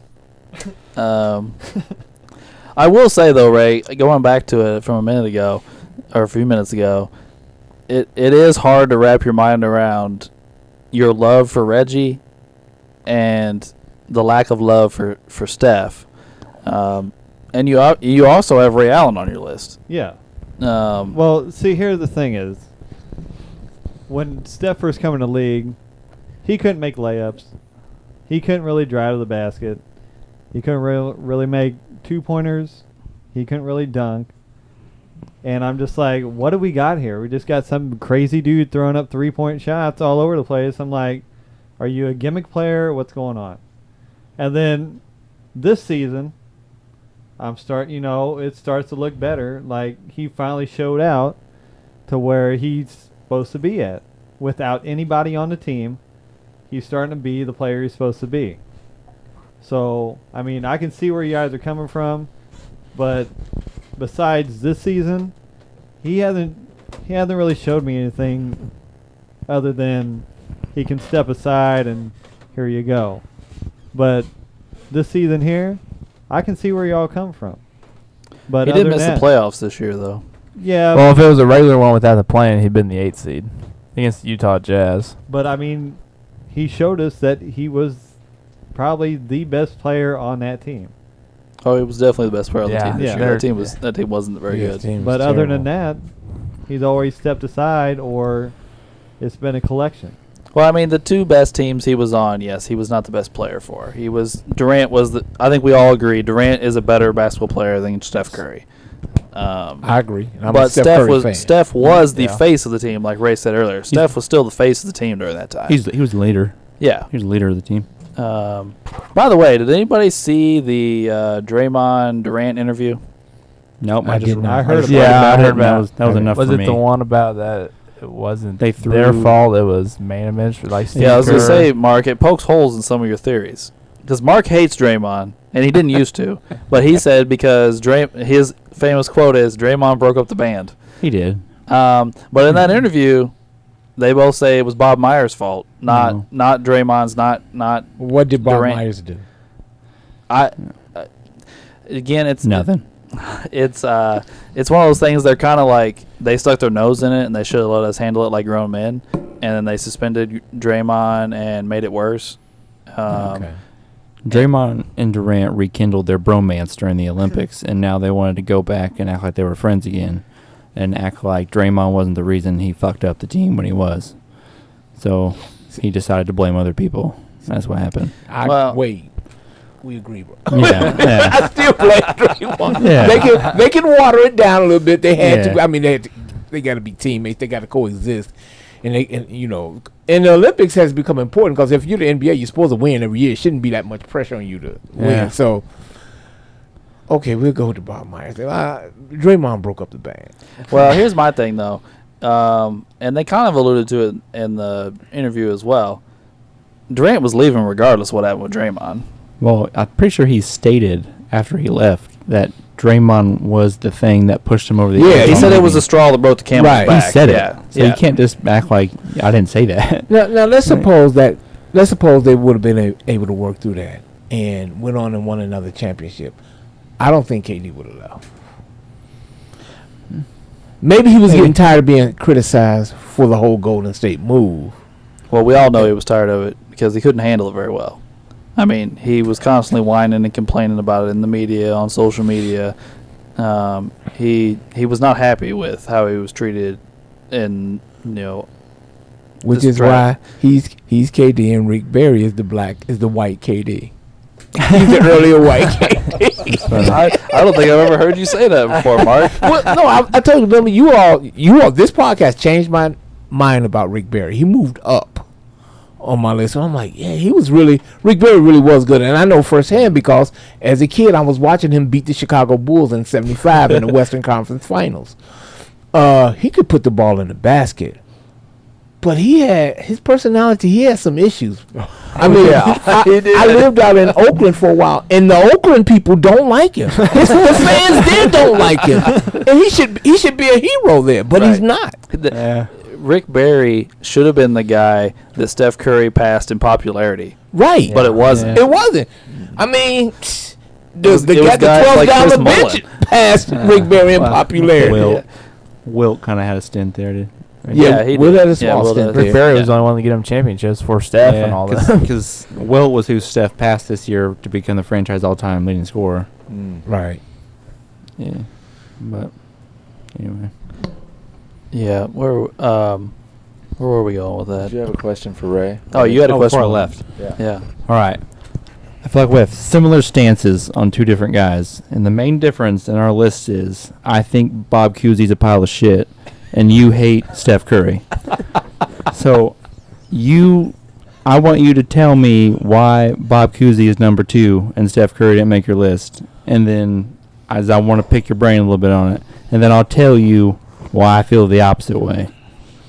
I just think Bob Cousy for the 60s era and the way he played was super extraordinary and innovative. And for Steph Curry, I mean, I don't know. I just have the stance on a point guard being a point guard. And the way Bob Cousy plays, it just would translate throughout everything. I mean, I don't know how to explain it again. Okay. All right. Well, I've stated what I think about Steph. I think I've said that in this episode. So I think highly of Steph. If Bob Cousy, one, I know he made, I think, everyone else's list, but he's low on everybody's list. He's My point guard list? Oh, I You guess didn't make mine. I didn't count your. I didn't make mine either. He didn't make mine. He made theirs, but he's lower. Right. Ray has him at 2, which throws me off. I'm not gonna lie, Ray. And It he's threw in me for a loop. where's he at on your overall list? He's at number 11. 11 overall. Okay. That's because of the 60s and the way he was playing in the 60s. And if he would be thrown in any other era, he would adapt, and it would be way better of basketball the way he plays. Yeah. Well, I don't think anybody, including Wade, would argue that he wasn't great for his time. Yeah, I agree. I agreed in the podcast. He was the best point guard of that time. Yeah, he's the best point guard of that era, and he did revolutionize the game as far as his passing went during that time. Now, Wade's going to disagree on the last part of what you said. I'm going to disagree with most of it. Awesome. But I need like 5 minutes. Okay, if Bob Cousy plays right now, he is the shortest, smallest, weakest, most unathletic guy on the floor at all times. There is a reason college basketball is loaded with small white guys that don't make the NBA because they don't have the athletic ability and the overall basketball skill to go into the NBA. He played in an era where it was all white people. The majority of the talent wasn't allowed to play. That's why he was as good as what he was. I don't care if he's the first one to dribble behind his back. I don't give a shit. And then he averaged 7 assists per game in games that had 136 possessions in them. That percentage does not very good. Cool, he's the first one to average more than 4 assists per game. I don't care. I just find it utterly ridiculous that we think he can transition to other eras and play. And then you want to talk about, he wins 6 championships. Okay, that's going to be your best argument. But then he retires and they keep winning as if he's never there. And then if you look at his career playoff stats, they're horrid. He shot 32% from the field for his entire career in the playoffs. He sucked, and they won despite him. I don't understand any of it. I don't get it, and I don't think he translates. Well, let's put some defense on Steph Curry and see what happens. I bet he shoots better than 32 fucking percent. Okay. 32% is the worst thing I've ever heard. He probably shoots 34. Let's be totally honest. I could guard Bob Cousy right now. He can come in the basement when he's 25 years old, and I bet he doesn't score in that little hoop in the corner. I just don't buy it. Why didn't you think I could beat him 11-2? Yes, you would manhandle him. I just don't. Okay, let's put Steph Curry in the 60s. What is he doing in the 60s? Getting choke slammed in the second row. He's twice the size of Bob Cousy. Bob Cousy survived. See, I disagree. I disagree with that. The game was more physical, but it's not as physical as people make it out to be. I agree with that. They called fouls back then. The difference is they didn't call flagrant fouls. You wasn't throwing out for shoving a person in the chest, but it still was a foul. I believe you put 90% of the players, if you put them in the 50s or 60s, they double, almost double off. what they're, yeah. And I'm obviously overblowing his overall impact with me telling you he's overall terrible. He's good for when he played, but I just those things stick out in my mind. When he was number 2 and you left off Steph Curry, I didn't understand it. Said Bob Cousy's only 6'1", 175. He's not 6'1". I don't think he's 6'1". Yeah, I really don't. He's probably me and Alex's height, I'd say. But oof. Don't worry, Wade. I'll give you a back rub later. That's good. Well, this is. I mean, we've already had the Cousy discussion, and now we're having the Curry discussion. But there is another discussion. It's going to be a little while, but whether we're going to have where Ray has somebody insanely higher than everybody. I guess there's 2 more. There's 2 more coming. Can I guess? Can I guess one of them? Sure. Scottie Pippen. Yeah. One of them is Scottie Pippen, who Ray has 7th overall. Yeah. Ooh. 7 or 8. 9. And Mark is a big Scottie fan, so I am a Scottie fan, but he's nowhere near. I'm actually probably your closest ally on Scottie. I have him at 4 or 5 at small forward. And I think I got LeBron behind Scottie Pippen. Ooh. Oh, no. Yeah, we don't agree with that one. You have LeBron at 10. Does anybody have a guess on who the other one is? I gotta look at Ray's list. Can I look at the list? Sure, I guess. Yeah, because I don't. I mean, it's pretty obvious, guys. Okay. Um, Well, I guess it depends on what route we're going. I don't know. I guess I don't. Really. Is it Russell? It's no, not Russell. No, Russell or KG? no, Oh, I don't know. Most of these Is are it Dr. J? Oh, Allen 13? Iverson. Allen Iverson. no. I'm thinking. It's Reggie. Oh, I didn't get to yeah. him. Where is Reggie. Reggie? He's got Reggie top 20, I believe. Yeah, he's at 26. Oh, yeah. 26. I didn't even make it down that far. Okay. Yeah, Reggie's at 26. And the rest of us have him in the 40s, I believe. Yeah, but that's a biased opinion. From an Indiana Pacers fan, okay? I got you. By the way, I like the shirt. I'll That's go pretty with that. sharp. Cool That's shirt. legit. That's legit to rep for your team. Yeah. And that's probably why half the reason Mark Jackson's on the list, too. Okay. All right, so before we do our closing statements on Steph, I want to do one more thing. I want to get into Mark's list a little bit more. Okay. Because we haven't talked about Mark's list whatsoever on any episode, obviously. So, Mark, will you tell us your 10 point guards? Yes. Magic, Steph, Isaiah, Oscar Robertson, John Stockton, Walt Frazier, Steve Nash, Jason Kidd, Chris Paul, Damian Lillard. Did you leave Steve Nash off? Is that what I just heard? No, he No, he I said Steve Nash. He's He number said 7. Oh, okay. I'm sorry. Outside of I'm sorry, Lillard, I that's missed pretty it. close to all of ours. So you have Lillard on there, and none of us do. So who did he leave off that we? Some of Gary us- Payton. We Payton. have Westbrook. Yeah, we And I don't have Westbrook. Me, you, and Ray have Gary And Payton. then you guys Okay. got Gary. Okay. I know it may be racist to hold off Westbrook for me. He gets on my nerves, man. He gets on my nerves. Well, I Good. stated that he got on my nerves and he was on my list. Well, you also have Walt Frazier. I do. Who These two Yeah, have. I mean, got wait, Walt. But we the have three Walt of us Frazier. don't. Somebody in one of the episodes said that, and I agree with him, that Walt Frazier maybe could have been the MVP of the 70 NBA Finals. That was Uncle Doug said that. Yeah. He talked about how good he played in the finals. He was dominant. And I think, and not that Willis Reed wasn't, it might have been a slap against Wilt, because a lot of people didn't like Wilt. He rubbed people the wrong way. And Willis, and I'm not saying Willis didn't deserve the MVP in 70. He balled out. He really did ball out before the injury, before he got injured and only played a few minutes for Game 7. But Walt Frazier could have easily gotten that MVP. Was that like the 36 and 16? He closed out Yes. like Yeah, 36. yeah. Steals or something. Yeah. Yeah. Uncle Doug read it off in that episode. Yeah, I think you're right. It wasn't that when Frazier or Reed famously made the comeback from the locker room and all that. And You hit had that all opening the jumper. yeah. You He had didn't all do the- much after that, right? No, he didn't. All the No. sentimental, Right. You know, Yeah. He got the Paul Pierce before Paul Pierce. Yes, When that's Pierce what they when Pierce compared came out in a Pierce to, wheelchair. yeah.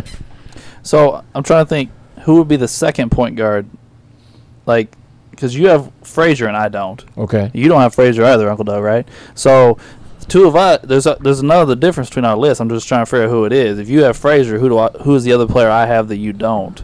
Because You said, I think you got Gary Payton. yeah, we talked about that. I don't have Gary Payton replacing Dame. He is Is it Bob Frazier, you know. Cousy? Oh, I it's don't Bob have Bob Cousy. Yeah, Cousy, it's right. Cousy. Yeah, I you're don't right. have Cousy. It's Cousy. Yeah. I'll help you on that argument, Mike. Kuzie's my 10. I don't hate him, I really do, but I just think I think history has him way overrated. I just think he is an overrated player. Agreed. Fair enough. All right, Mark. So let's hear your other positions then. Let's check out your shooting guard position. Shooting guard, I got Michael, Kobe, Wes, Wade, Gervin, Ray Allen, Drexler, Harden, Iverson, and you made me take Klay Thompson off. So I put T-Mac. I still feel bad for sacrificing Klay Thompson. I'm still struggling with that. I'm going to see Karen. Oh, okay. All right. I'm struggling with that. Shout out to Karen Epley, even though she'll never listen to this. But Mark, you told me, and before the Gervin episode, that it was insane for anybody to have Gervin lower than 3. So why is he 5? Well, Might have been 6. no, because you know what? When I said that, I really wasn't thinking of Kobe and Wes. And I struggled with Wes as a point guard or a 2 guard. Mm-hmm. And so since you definitively said he's a 2 guard, okay, I'm gonna put him in there. And the fact that he did win MVP in '69 when they lost. That was Drew's big thing. Yeah, that was my big thing. Even though I do believe LeBron could have won a couple MVPs that he lost to. Probably an argument I think for we that. talked Yeah, about we it. had That's discussion. when we talk about Iguodala. I think he should have been MVP Yeah. in 15. Yep. And then, okay, Wade do get 3 championships. 3 championships, and he was the best player on one of those. Yeah. Agreed. He was the best player on one of, and that's with not prime Shaq, but still good Shaq. Yeah. Mm-hmm. So that Gervin had to go down under West and Wade. Really, I'm trying to think. Again, that was pretty consistent with a lot of ours. Yeah. Okay, so everybody in this room has Mike 1 on the shooting guard list, right? Mhm. Yes. And we're all correct. Yes. And then everybody in this room has Kobe 2, correct? Yeah. Yep. I believe. Yeah. And then we start differentiating at 3, I Right. believe. But we Right. just swapped 3 and 4. Yeah, we start. Yeah, we Yeah. all swap. We go 3 and 4. Wade West. They go West Wade. Yeah. I don't know where Ray goes. Yeah, what do I got for 3? All right. Who's your 3? He West. goes, 3 West. Yeah, Yeah. that's my 3 too. And then you have Wade. So Wade. you're the same as the. You You're three have the saying- same yeah. top Okay. 4. Wade and I have Wade, that's sitting right here have Dwayne Wade and West flipped from you guys. I work hard on overcoming my personal feelings because I don't like Wade. Ray, But Chicago guy that doesn't I know like Wade. I don't like. Ray Maybe it's Sh- his marriage to Gabrielle Union. Yeah. Crazy. Ray switches it up. Ray goes Michael and Kobe like everybody else, and then he goes AI, D Wade. AI at 3. Oh boy. Yeah, Wow. you and me gonna go at it again. I'm looking forward to the Well, AI yeah, Mark's episode. got James Harden. I love the confrontation. Yeah, James Yeah. Harden. You know what? I'm not a big Harden fan until this year. I was impressed with what he did this year. He came to Yeah. that team and became vital and became more of a teammate than a prima donna. Yeah, he opened was my in eyes this year too. I think agree with yeah. you. A large part of it for me was once you get past all the guys the top tier guys that won, his stats can go up against or are better than everyone. Yeah. Or on that, or close to it. So it's hard to. That's what got me with Harden. Here's the other thing. By the time we remake our list, Harden might have a championship. Yeah. Yeah, Yeah. because Because the Yeah. next finals is going to go before we finish this thing. So, so anyway. So what about your small forward list, Mark? Small forward. Here we go. LeBron, Larry, Doc, KD, Elgin Baylor, John Havlicek, Scottie Pippen, Rick Barry, James Worthy, Bernard King.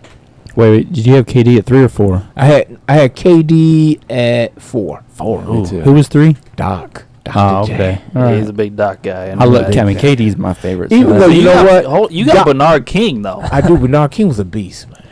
I mean, I don't know. Bernard I King don't- even could though- score. Even though I could switch Doc and KD could actually be switched. You know, it's a little sentimental with Doc. He brought things to the game I hadn't seen. He was truly an above the first, for me, the first above the rim person I began and to then see. you fall into the Uncle Doug Drew camp with LeBron, I believe. Mm. He's is he your number one small Yeah, forward? Drew? LeBron's LeBron Yeah. And is, then yeah. they got Bird at number 1. Bird was my number 1 until the 16 finals when LeBron led both teams in scoring, assists, rebounding. I'm like, that's impressive. Mark knows my argument like this very well because we've had it a lot. Talking about LeBron? The LeBron Bird argument. Oh, okay. I got a friend who agrees with you. Good friend of mine who grew up with in Chicago. Bird is more clutch. And the thing, my issue with KD this year, and I love KD, Bird wouldn't have lost against Milwaukee in that 7th game. He would not have lost. Bird was like, I want to say like 4-1 or 5-1 in game 7s. So. Interesting.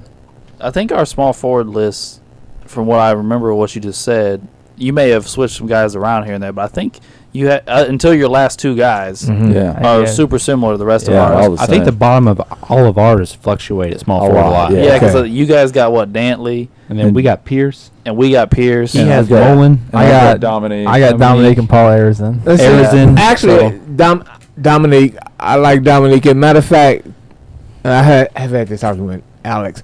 Dominique could kick Worthy off, Well, possibly. we're getting ready to do Dominique, and I'm the only one without him. So, Well, I'll tell you this. I compared Dominique and Bernard King, and what it boiled down to for me was just Dominique was able to do it for a while, and Bernard King got hurt. That's really what it boiled down to for me with Bernard them. King was a beast, guys. He was. He was a beast. You should hear your hero Larry talk about Bernard King. He'll tell you Bernard King was a problem. All right, what about your power forward list, Mark? Power forwards. This is where I struggled. Duncan, McHale, Giannis, Malone, Barkley, Dirk, Kevin Garnett, Pettit, Elvin Hayes, Dennis Rodman. yeah, that's the big fluctuation right there. You just had Giannis at 3? Behind Duncan and McHale. 3? He's really better than Duncan and McHale, but he just got You just said that Giannis is the greatest power forward of all time? he sort of really is. he got his championship, but no, he's not as accomplished as Duncan and McHale, of course. But he's better than Malone, Barkley, Dirk, Kevin Garnett, Pettit, Elvin Hayes, Dennis Rodman, and I even had my sentimental on here, Maurice Lucas, but I had to kick Maurice Lucas off because he was I number kind 11. of like it. I kind of like. I'm not gonna lie. I would. Man, this is great. First off, I can't believe you just said that Giannis was better than Pettit, and Drew didn't even look up. So He loves Bob Pettit. He loves him. Oh, I love Bob Pettit. I think Bob Pettit is sort of like he's the original power forward. Mm-hmm. He is like the prototype power That forward. Alex was talking about translating stats. Well, his stats translate to what Karl Malone did. yeah, I said that. I'm like, Was that the possession argument? yeah. Okay. Yeah. say, I think the players of yesteryear, I think today's athletes are better, but I think eras matter. I don't hold it against a player if he can't translate to this era. They can't help when they're born, but yeah. So Pettit is tough. He's a tough dude. Yeah, but he has Pettit at 2. I haven't met Really? Tim. Yeah. Well, behind who? Tim Duncan. everybody here Has has Duncan won. Well, Yeah. your Yeah. 2 isn't on their list. Yeah. McHale? Mikhail. He's not on their list. Wait, The Laker who's fan. the Laker fan? Laker fan. Oh, there's salty though. I see McHale and Worthy as the same guy. No. What? My cousin who's 20 years older than me. Okay, so he thought Elgin Baylor was the greatest thing ever. Sure. But they would tell you Kevin McHale was a huge problem. Kevin McHale could ball. But Kevin McHale didn't even start half the games he played. My brother, who's 5 years older than me, thinks Kevin McHale is the best ever. He Really? puts him over Duncan. Yeah. Really? Yes. That's kinda, yeah. He says because if Kevin didn't have to share the ball with Bird and Parrish. Parrish, he'd average more. I think his career is only like 18 points a game. Yeah. He'd average 25, 26 if he didn't have Yeah. Bird and Parrish. I mean, it's possible. and He you never scored know. 56 once. It was the franchise record at the time, and then Right. Bird broke it like 2 weeks Yeah. later. Yeah, Bird, yeah. Yeah, Larry wasn't having that. But that's what I mean. He was a bench player for half his career, like Uncle Doug said, though. But he So it was- was sixth man of the year a couple times. He was. Yeah. he was. Yeah. You know, It's So who? Okay, after you said Giannis at 3, I quit. I was dumbfounded. I quit paying attention. So, I heard Pettit, who's like 4 through 10 again? Can you say that? Malone, Barkley, Dirk, Kevin Garnett, Pettit, Elvin Hayes, Dennis Rodman. he has a similar stance on Garnett, okay, because you two are high on Garnett. We're a little lower Yeah, on we're a Garnett. little bit lower. Somebody's So he really falls low. in. On Somebody has Garnett at like 49 or something. Oh. He's in the middle of my power forwards. I think he's a little I lower. have him. Yeah, I have Kevin Garnett like at 31. He's number. I could have sworn somebody had Garnett right at the very, I have very end Garnett of the list. I have him at 5. He's right in the middle of my list. Ray has him really high with you. Like I'm in the middle. I've got him at like 7 on my power forwards. I think he's similar. So, Uncle Ray, so maybe I imagine who's that. your second best power forward? Mine, Malone. You have Malone Yeah. too, don't you, Wade? Yeah, Malone is also my second. It's a pure stat game there. Yeah. Malone just dominates stats. He didn't get the title, but I have KG at 2. yeah. Kevin could get you important buckets. Kevin was getting buckets sometimes when Larry and Dennis. Oh, I thought and I said I have KG at 2, and you started saying Kevin. I thought you was talking about Garnett. Yeah, me No, too. I meant Kevin McHale. McHale can get you important buckets, and he was a great defensive player. He was a rim protector, could rebound. He was tough. It gets tricky at power forward. There's a lot of them outside of, I could be forgetting a couple. A lot of them outside of Duncan and McHale. A lot of them don't have very many championships. You got a lot with none or one. Garnett, Hayes, and Pettit all have 1. Barkley's got none. Malone's got none. Pettit's got 1. It's who are we forgetting? We're forgetting a few. There's not a lot of championships at power forward. Dennis has 5, but he was never close to being the best player. Anthony Davis got 1. Hey, hold on. Did Dennis not make your list? Yeah, he made my list. Oh, it's the Oh, he did hear it? There you go. I guess I missed it. You're Dennis Rodman. You're there with. Did you have the feeling? You listen to Hey, episode? Mark is a loyal listener. Mark listens to every single one of our episodes, so Mark knows these Yeah, things. I text him sometimes in the middle of the He'll text me like Middle of 3 o'clock in the morning. He'll send me like 15 straight texts diagramming our episode. Yeah. I love Dennis Rodman. I love him. I don't know why. All right, so what about your center list, Mark? center. I struggled there too a little bit. Kareem, Russell, Shaq, Wilt Malone, Hakeem Olajuwon, Mikan, Robinson, Patrick Ewing, I probably would switch Malone and Wilt. I can't believe you got Olajuwon so low. What did you have? I 7? probably would. I have him at 6. I probably should have him at 4. The Mikan one was a big episode because we had The Mikan, two- that was the classic. I think you brought up something. Something changed, and Mikan was no longer effective at They all. widened the lane. They widened the lane. and they got the shot Right. clock violation. Right. Yeah, and the shot clock violation. Yeah, those things came in. My issue with Wilt, and Wilt is actually lower. He lost a lot of big games, Well, and Sorry, I think go it's a myth that the teams he played were always superior to the teammates he had. I don't think that was always the case. Talking about Russell. Yes. Yeah, I looked up a website on that, and we talked about it during one of the episodes that involved the Lakers. I think it was the Celtics. Baylor episode. And they broke down about the years they played together, Wilt and Russell's teams, and they tried to decide which team was better. And it was closer than you think. It wasn't Much Russell every closer. year. Right. Wilt had a handful of teams that they thought were better than Russell's. I just bought a book last week. I haven't read it yet, so I can't give you the seal of approval yet. But I can't remember the name of it off the top of my head. I think it was something to do with tall people or something. It's like 2 tall men or 2 tall players or 2 tall men, something like that. Anyway, it's a book about Wilt and Russell and what went on with their matchups and everything else. So I'm interested to read it before we do those episodes on Wilt and Russell. It will be crazy. Yeah.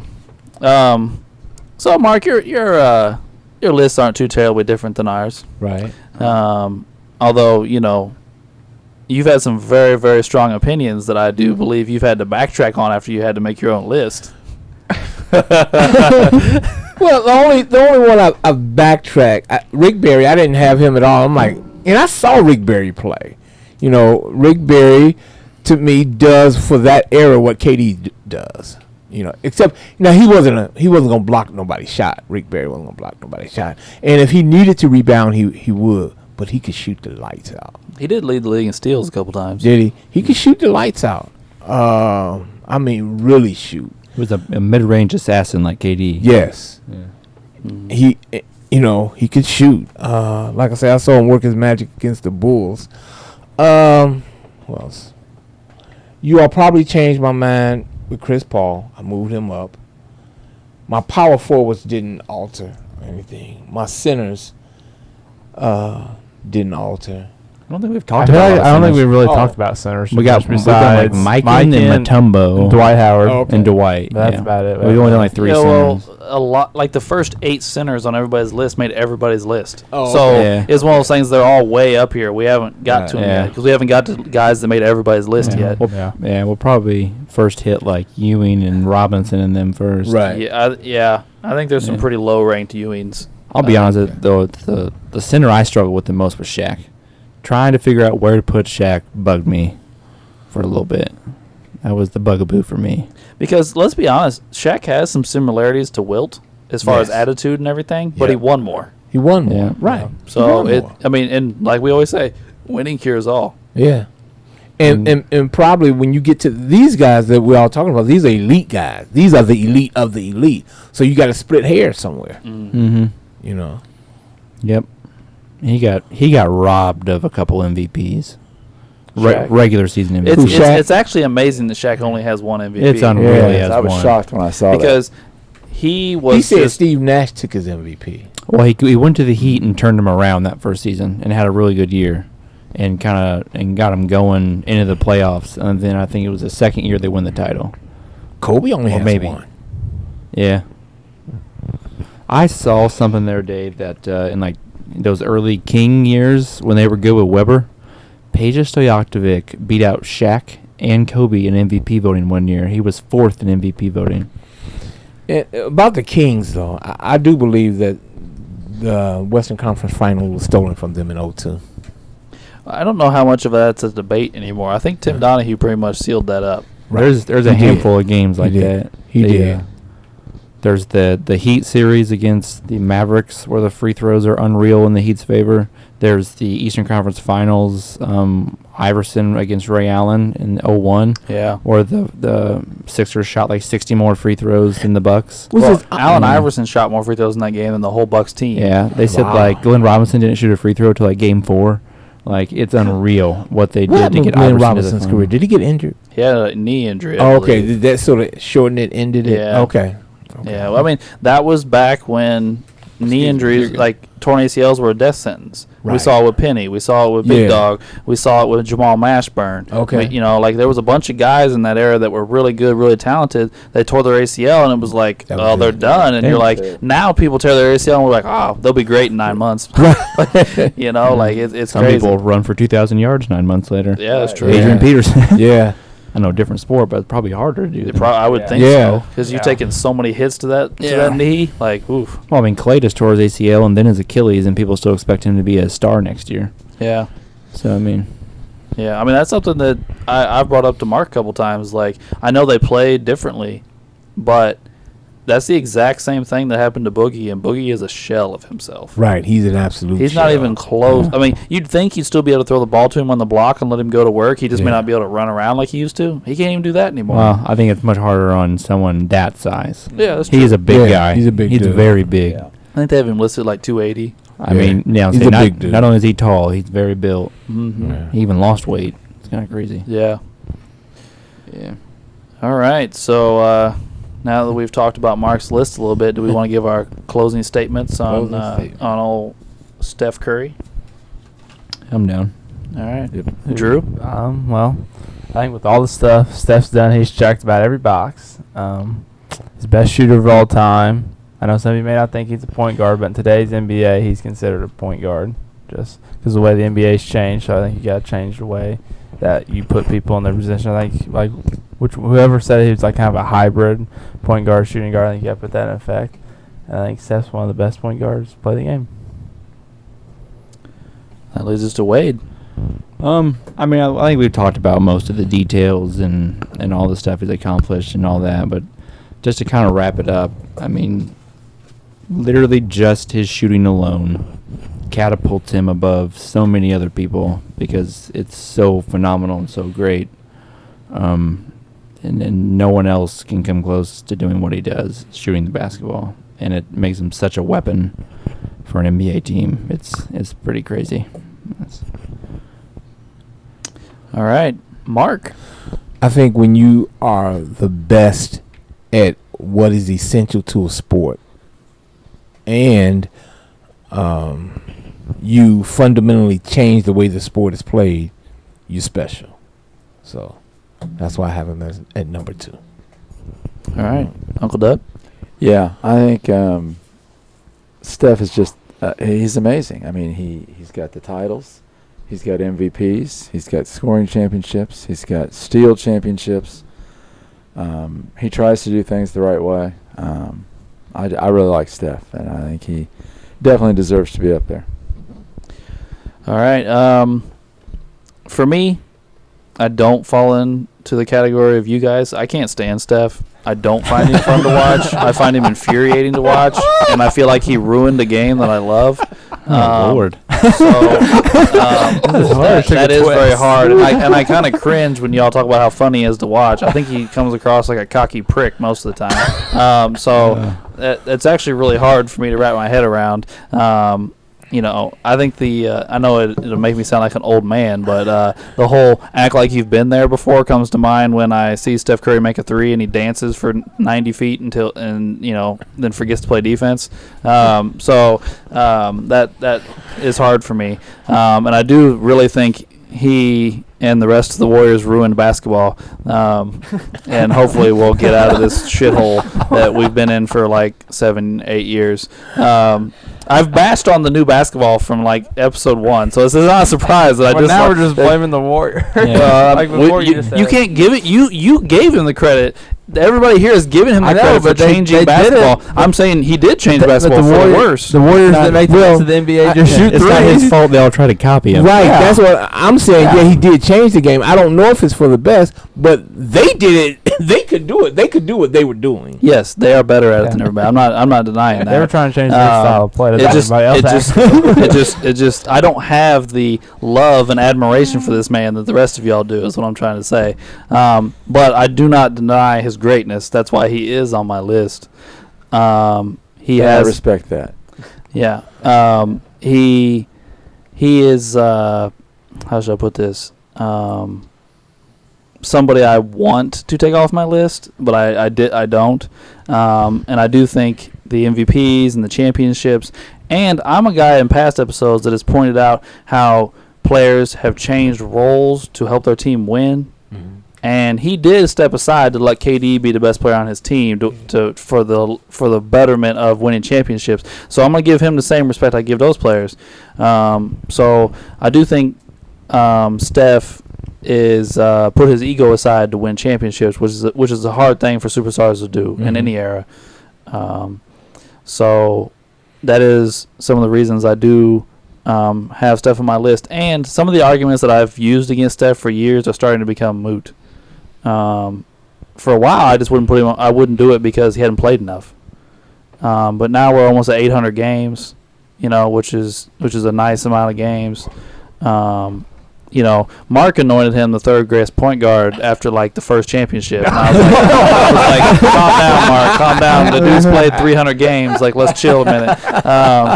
But he is climbing lists rather rapidly. Even if he doesn't win another championship, if he just keeps playing 70 games a season and putting up stats, he's gonna keep climbing. Because we just talked about in the last episode. Wasn't the last Chris Paul's episode? Was the last episode? One or two ago. About how all Chris needed was to win that championship, that elusive championship. Well, Curry got the championship early. Now he's just got to rack up the stats. Right. That's Chris Paul That's Steph Curry from me. So Ray. Well, as we've already heard, he's not a point guard. Back on this. I guess I have a bias for the 90s, and I'm a purist. And if you're not a distributor, if you can't run the point, you're not a point guard. So you can't go on my list. And if, in some other alternate dimension that, we call this a point guard, maybe. But you're not a point guard. So maybe shooting guard one day down the line, but you're not a point guard. All right, Ray. Got you, buddy. All right, so that wraps up our Steph Curry portion of this episode, and we will move in to trivia, which Mark is going to participate in because Mark's been talking some mad shit. So Mark better get all his questions right. But Mark, just in case you haven't picked up on our episodes, we write our answers on a whiteboard so Drew doesn't cheat. No, I don't cheat. When we started doing this, I still stayed in second place. I got my question right like normal. All right. Since we're talking about Steph and 3-point percentage, what is the highest 3-point percentage a team has shot in a season? A team has a team. a team. So you need the percentage. Yeah, the percentage. Ouch. Highest percentage of team. Do we need to put a decimal point? You just give us the round number? Yeah, I'll give you the round number. Two decimals? Yeah. 2 places or 3? I'm just asking for say 15%. I don't need any past the decimals. So just 15, 16, 17. All right, cool. I got mine. I got mine. I got mine. Locked in. Yeah, I'm good. Okay. I put 38. I said 38. I said 41. Okay. I said 37. And I said 48. It is 42 by the Charlotte Hornets in 96-97. Wow, that's impressive. Was that 42? 97? That would have been Glenn Rice? Yeah. Yeah. With Del Curry? Probably Del Curry, too, yeah. Next is the Warriors in 2015-16 with 41. Damn, I was Nice. Dirty the Phoenix Del. Suns in 2009-10 shot 41 as well. That was their game for a while. Was shooting those Yeah. threes. Getting up and down. That's a high percentage for a whole team. Yeah, it is. Really That is. Real. Especially in the 90s. Not yeah, now. in the 90s. Yeah, absolutely. I They probably shot 10 a game as a Right. team. Yeah. Oh, sure. All right, who wants to go next? got one. All right. Which player has had his shot blocked the most in the history of the NBA? I didn't even know they kept track of that. Oh, they did. They did. I got top 10. I'll tell you the whole list after you guys guess the number one. They got this shot blocked the most. Yes. Okay. I got mine. I think I got mine. Well, Locked in. I'll take a stab at it. All right. Let's see here. What we got? All right, I got to guess. I got Iverson. Okay. I have AI as well. I said Kuzi. Oh. I said Michael Thompson. I said Muggsy Bogues. AI is top 10, but man. number 1 is Tim Duncan. Oh. Let me break down the list for Big you. fundamental. Huh. Okay. I would have thought it'd been a guard. Tis. Like- Tim Duncan got a shot blocked just under 1,500 times. Wow. Then it goes Carmelo, Zach Randolph, Sharif Abdul-Rahim, Kobe, AI, Pau Gasol, Paul Pierce, Jermaine O'Neal, and Antoine Walker. Wow. Wow. So Okay. there's a lot of post players on that list. Yeah. Like, I guess maybe because you're going up against the best shot blocker on the other team. Or always trying to like get put back, Right. get an Yeah. offensive rebound, just hurry up and put it back or something like that. Huh. I would have thought there would have been small guards on that That's what I was list. thinking. I was only That's about- why I was going with only about- AI. Really, one actual guard, and then some other wing play, a couple of bigger wing players than post players. All right. All right. So we've given out 0 points so far. And who else has a question ready? I got one. All right, let's go, Mark. If you look at your top 7 for your list, for your top 50, just your top 7, Mm-hmm. with very few variations, most of your top 7s are the same. Your top 7s, all of them have an All-Star Game MVP, except one. So, the top 7 player that doesn't have an All-Star It Game does not have an MVP. All-Star Game MVP. And he's in all of our top 7. Oh yeah, this player is in all of your top 7, but he does not have an All-Star Game Okay. MVP. I got mine. Yep, I got mine. I got mine. I didn't know my top. Drew, you look real, I gotta real guess. confused. Come on, Drew, I'm depending on you, man. I'm trying. Okay. Maybe. I don't feel great about my answer. I don't I don't either. either, but I'm like 50-50. Yeah. I'm trying to think what my top 7 is, and I can't remember. I know a handful of these. I know for sure. Yeah, there's a I'm, couple I'm of 'em I going know down the for list. sure I'm like, have I'm like, them. yes. There's it's been like yes, one, yes. about 2 players, maybe Yeah. 3, that I'm not sure. But I know for a fact at least 4 or 5 of them do. I say that, and I'm probably wrong. But All right, everybody got their answer? Yep. Yeah. Yep. All right, I put Jabbar. I put Duncan. I said Wilt. I also said Wilt. I said Shaq. Kareem, Correct. Huh. 20 All-Star appearances, never an MVP. Wow. Big men, And I big men know- don't win MVPs very often. in And All-Star I know games. he's in everybody's top 7 on the list. Yeah, I don't believe anybody has him outside the top Right. 7. Interesting.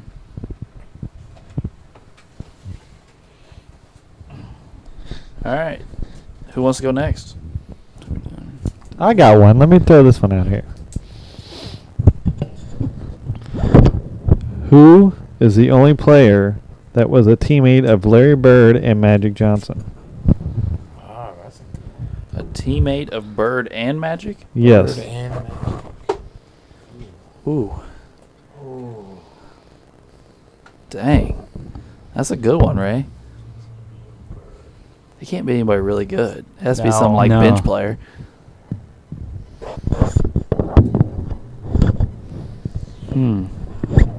Everybody's stumped, man. This is I'm about to just even have the to guys guess. that lived through this are like, I don't know. It seemed like that's something I should know, or people live through, because it seemed like Yeah. they would have talked. It seemed like they would have talked about that a little bit, Yeah. but I've never Unless heard he that was really question. bad and no one Yeah. cared. Yeah. Oh man. I guess I just gotta put a name down. We can't sit here forever. That's true. I guess we Okay. just gotta write a name down, but I don't even know who to put out. Yeah. Definitely a good question. It's a thinker. I got an answer down. I feel very not good about it, but I have an answer.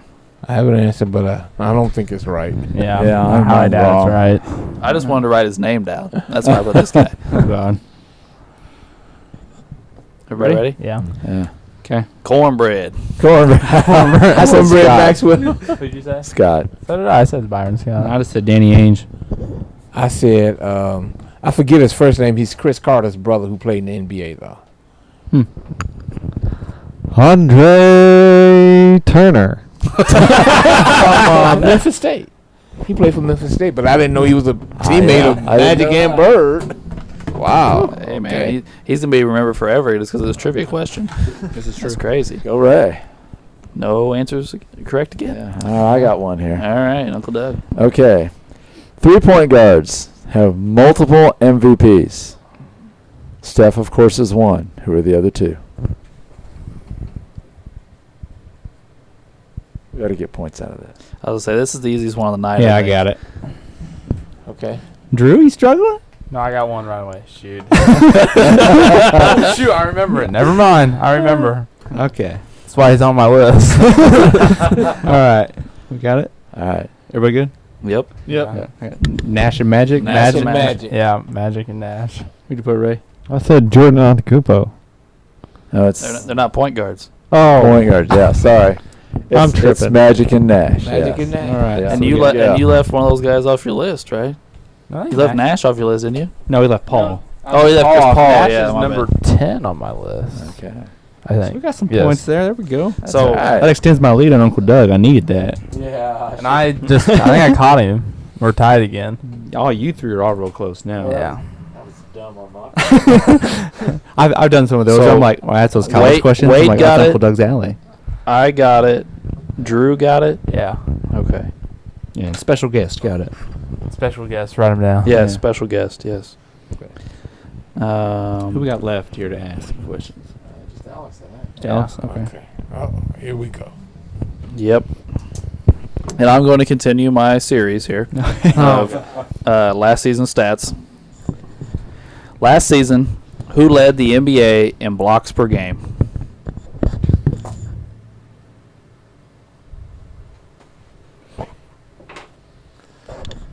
This is a trick question. Probably a point guard. About 60% of Mark trick question. It should be, but I bet it's I'll give you all a hint. The answer to my question last week was Norland's Noel, and he finished third. What a hint. What a hint. I just took a guy away. Yeah. I'm just simply trying to go through teams in my head at the moment when it's taking too damn long. All I'm going to say is, Alex, I was not thinking of him. No, So sorry. your hint did not help. Sorry. No, I wrote someone down. Yeah, I got an answer. I I got an answer. don't think it's right, but I'm locked in. Let's see what y'all got. I said Clint Capella. Embiid. I'm with my boy Capella, too. I said, is it Gobert for Utah? Go back. Yeah, Gobert. I also say Gobert. The correct answer is Miles Turner. I was Oh, Ray.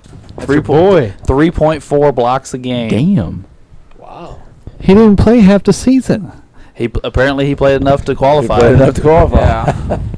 Yeah, because the cutoff's usually, what, like 50? Yeah. Or a little over 50? Well, and this is the shortened season, so it might have been less. Yeah, this probably year. 45 games or something. Yeah. Yeah, but he had 3.4 blocks per game. Wow. Well, Gobert was second with like 2.2, Oh, something like that. So, Quite the cutoff. yeah.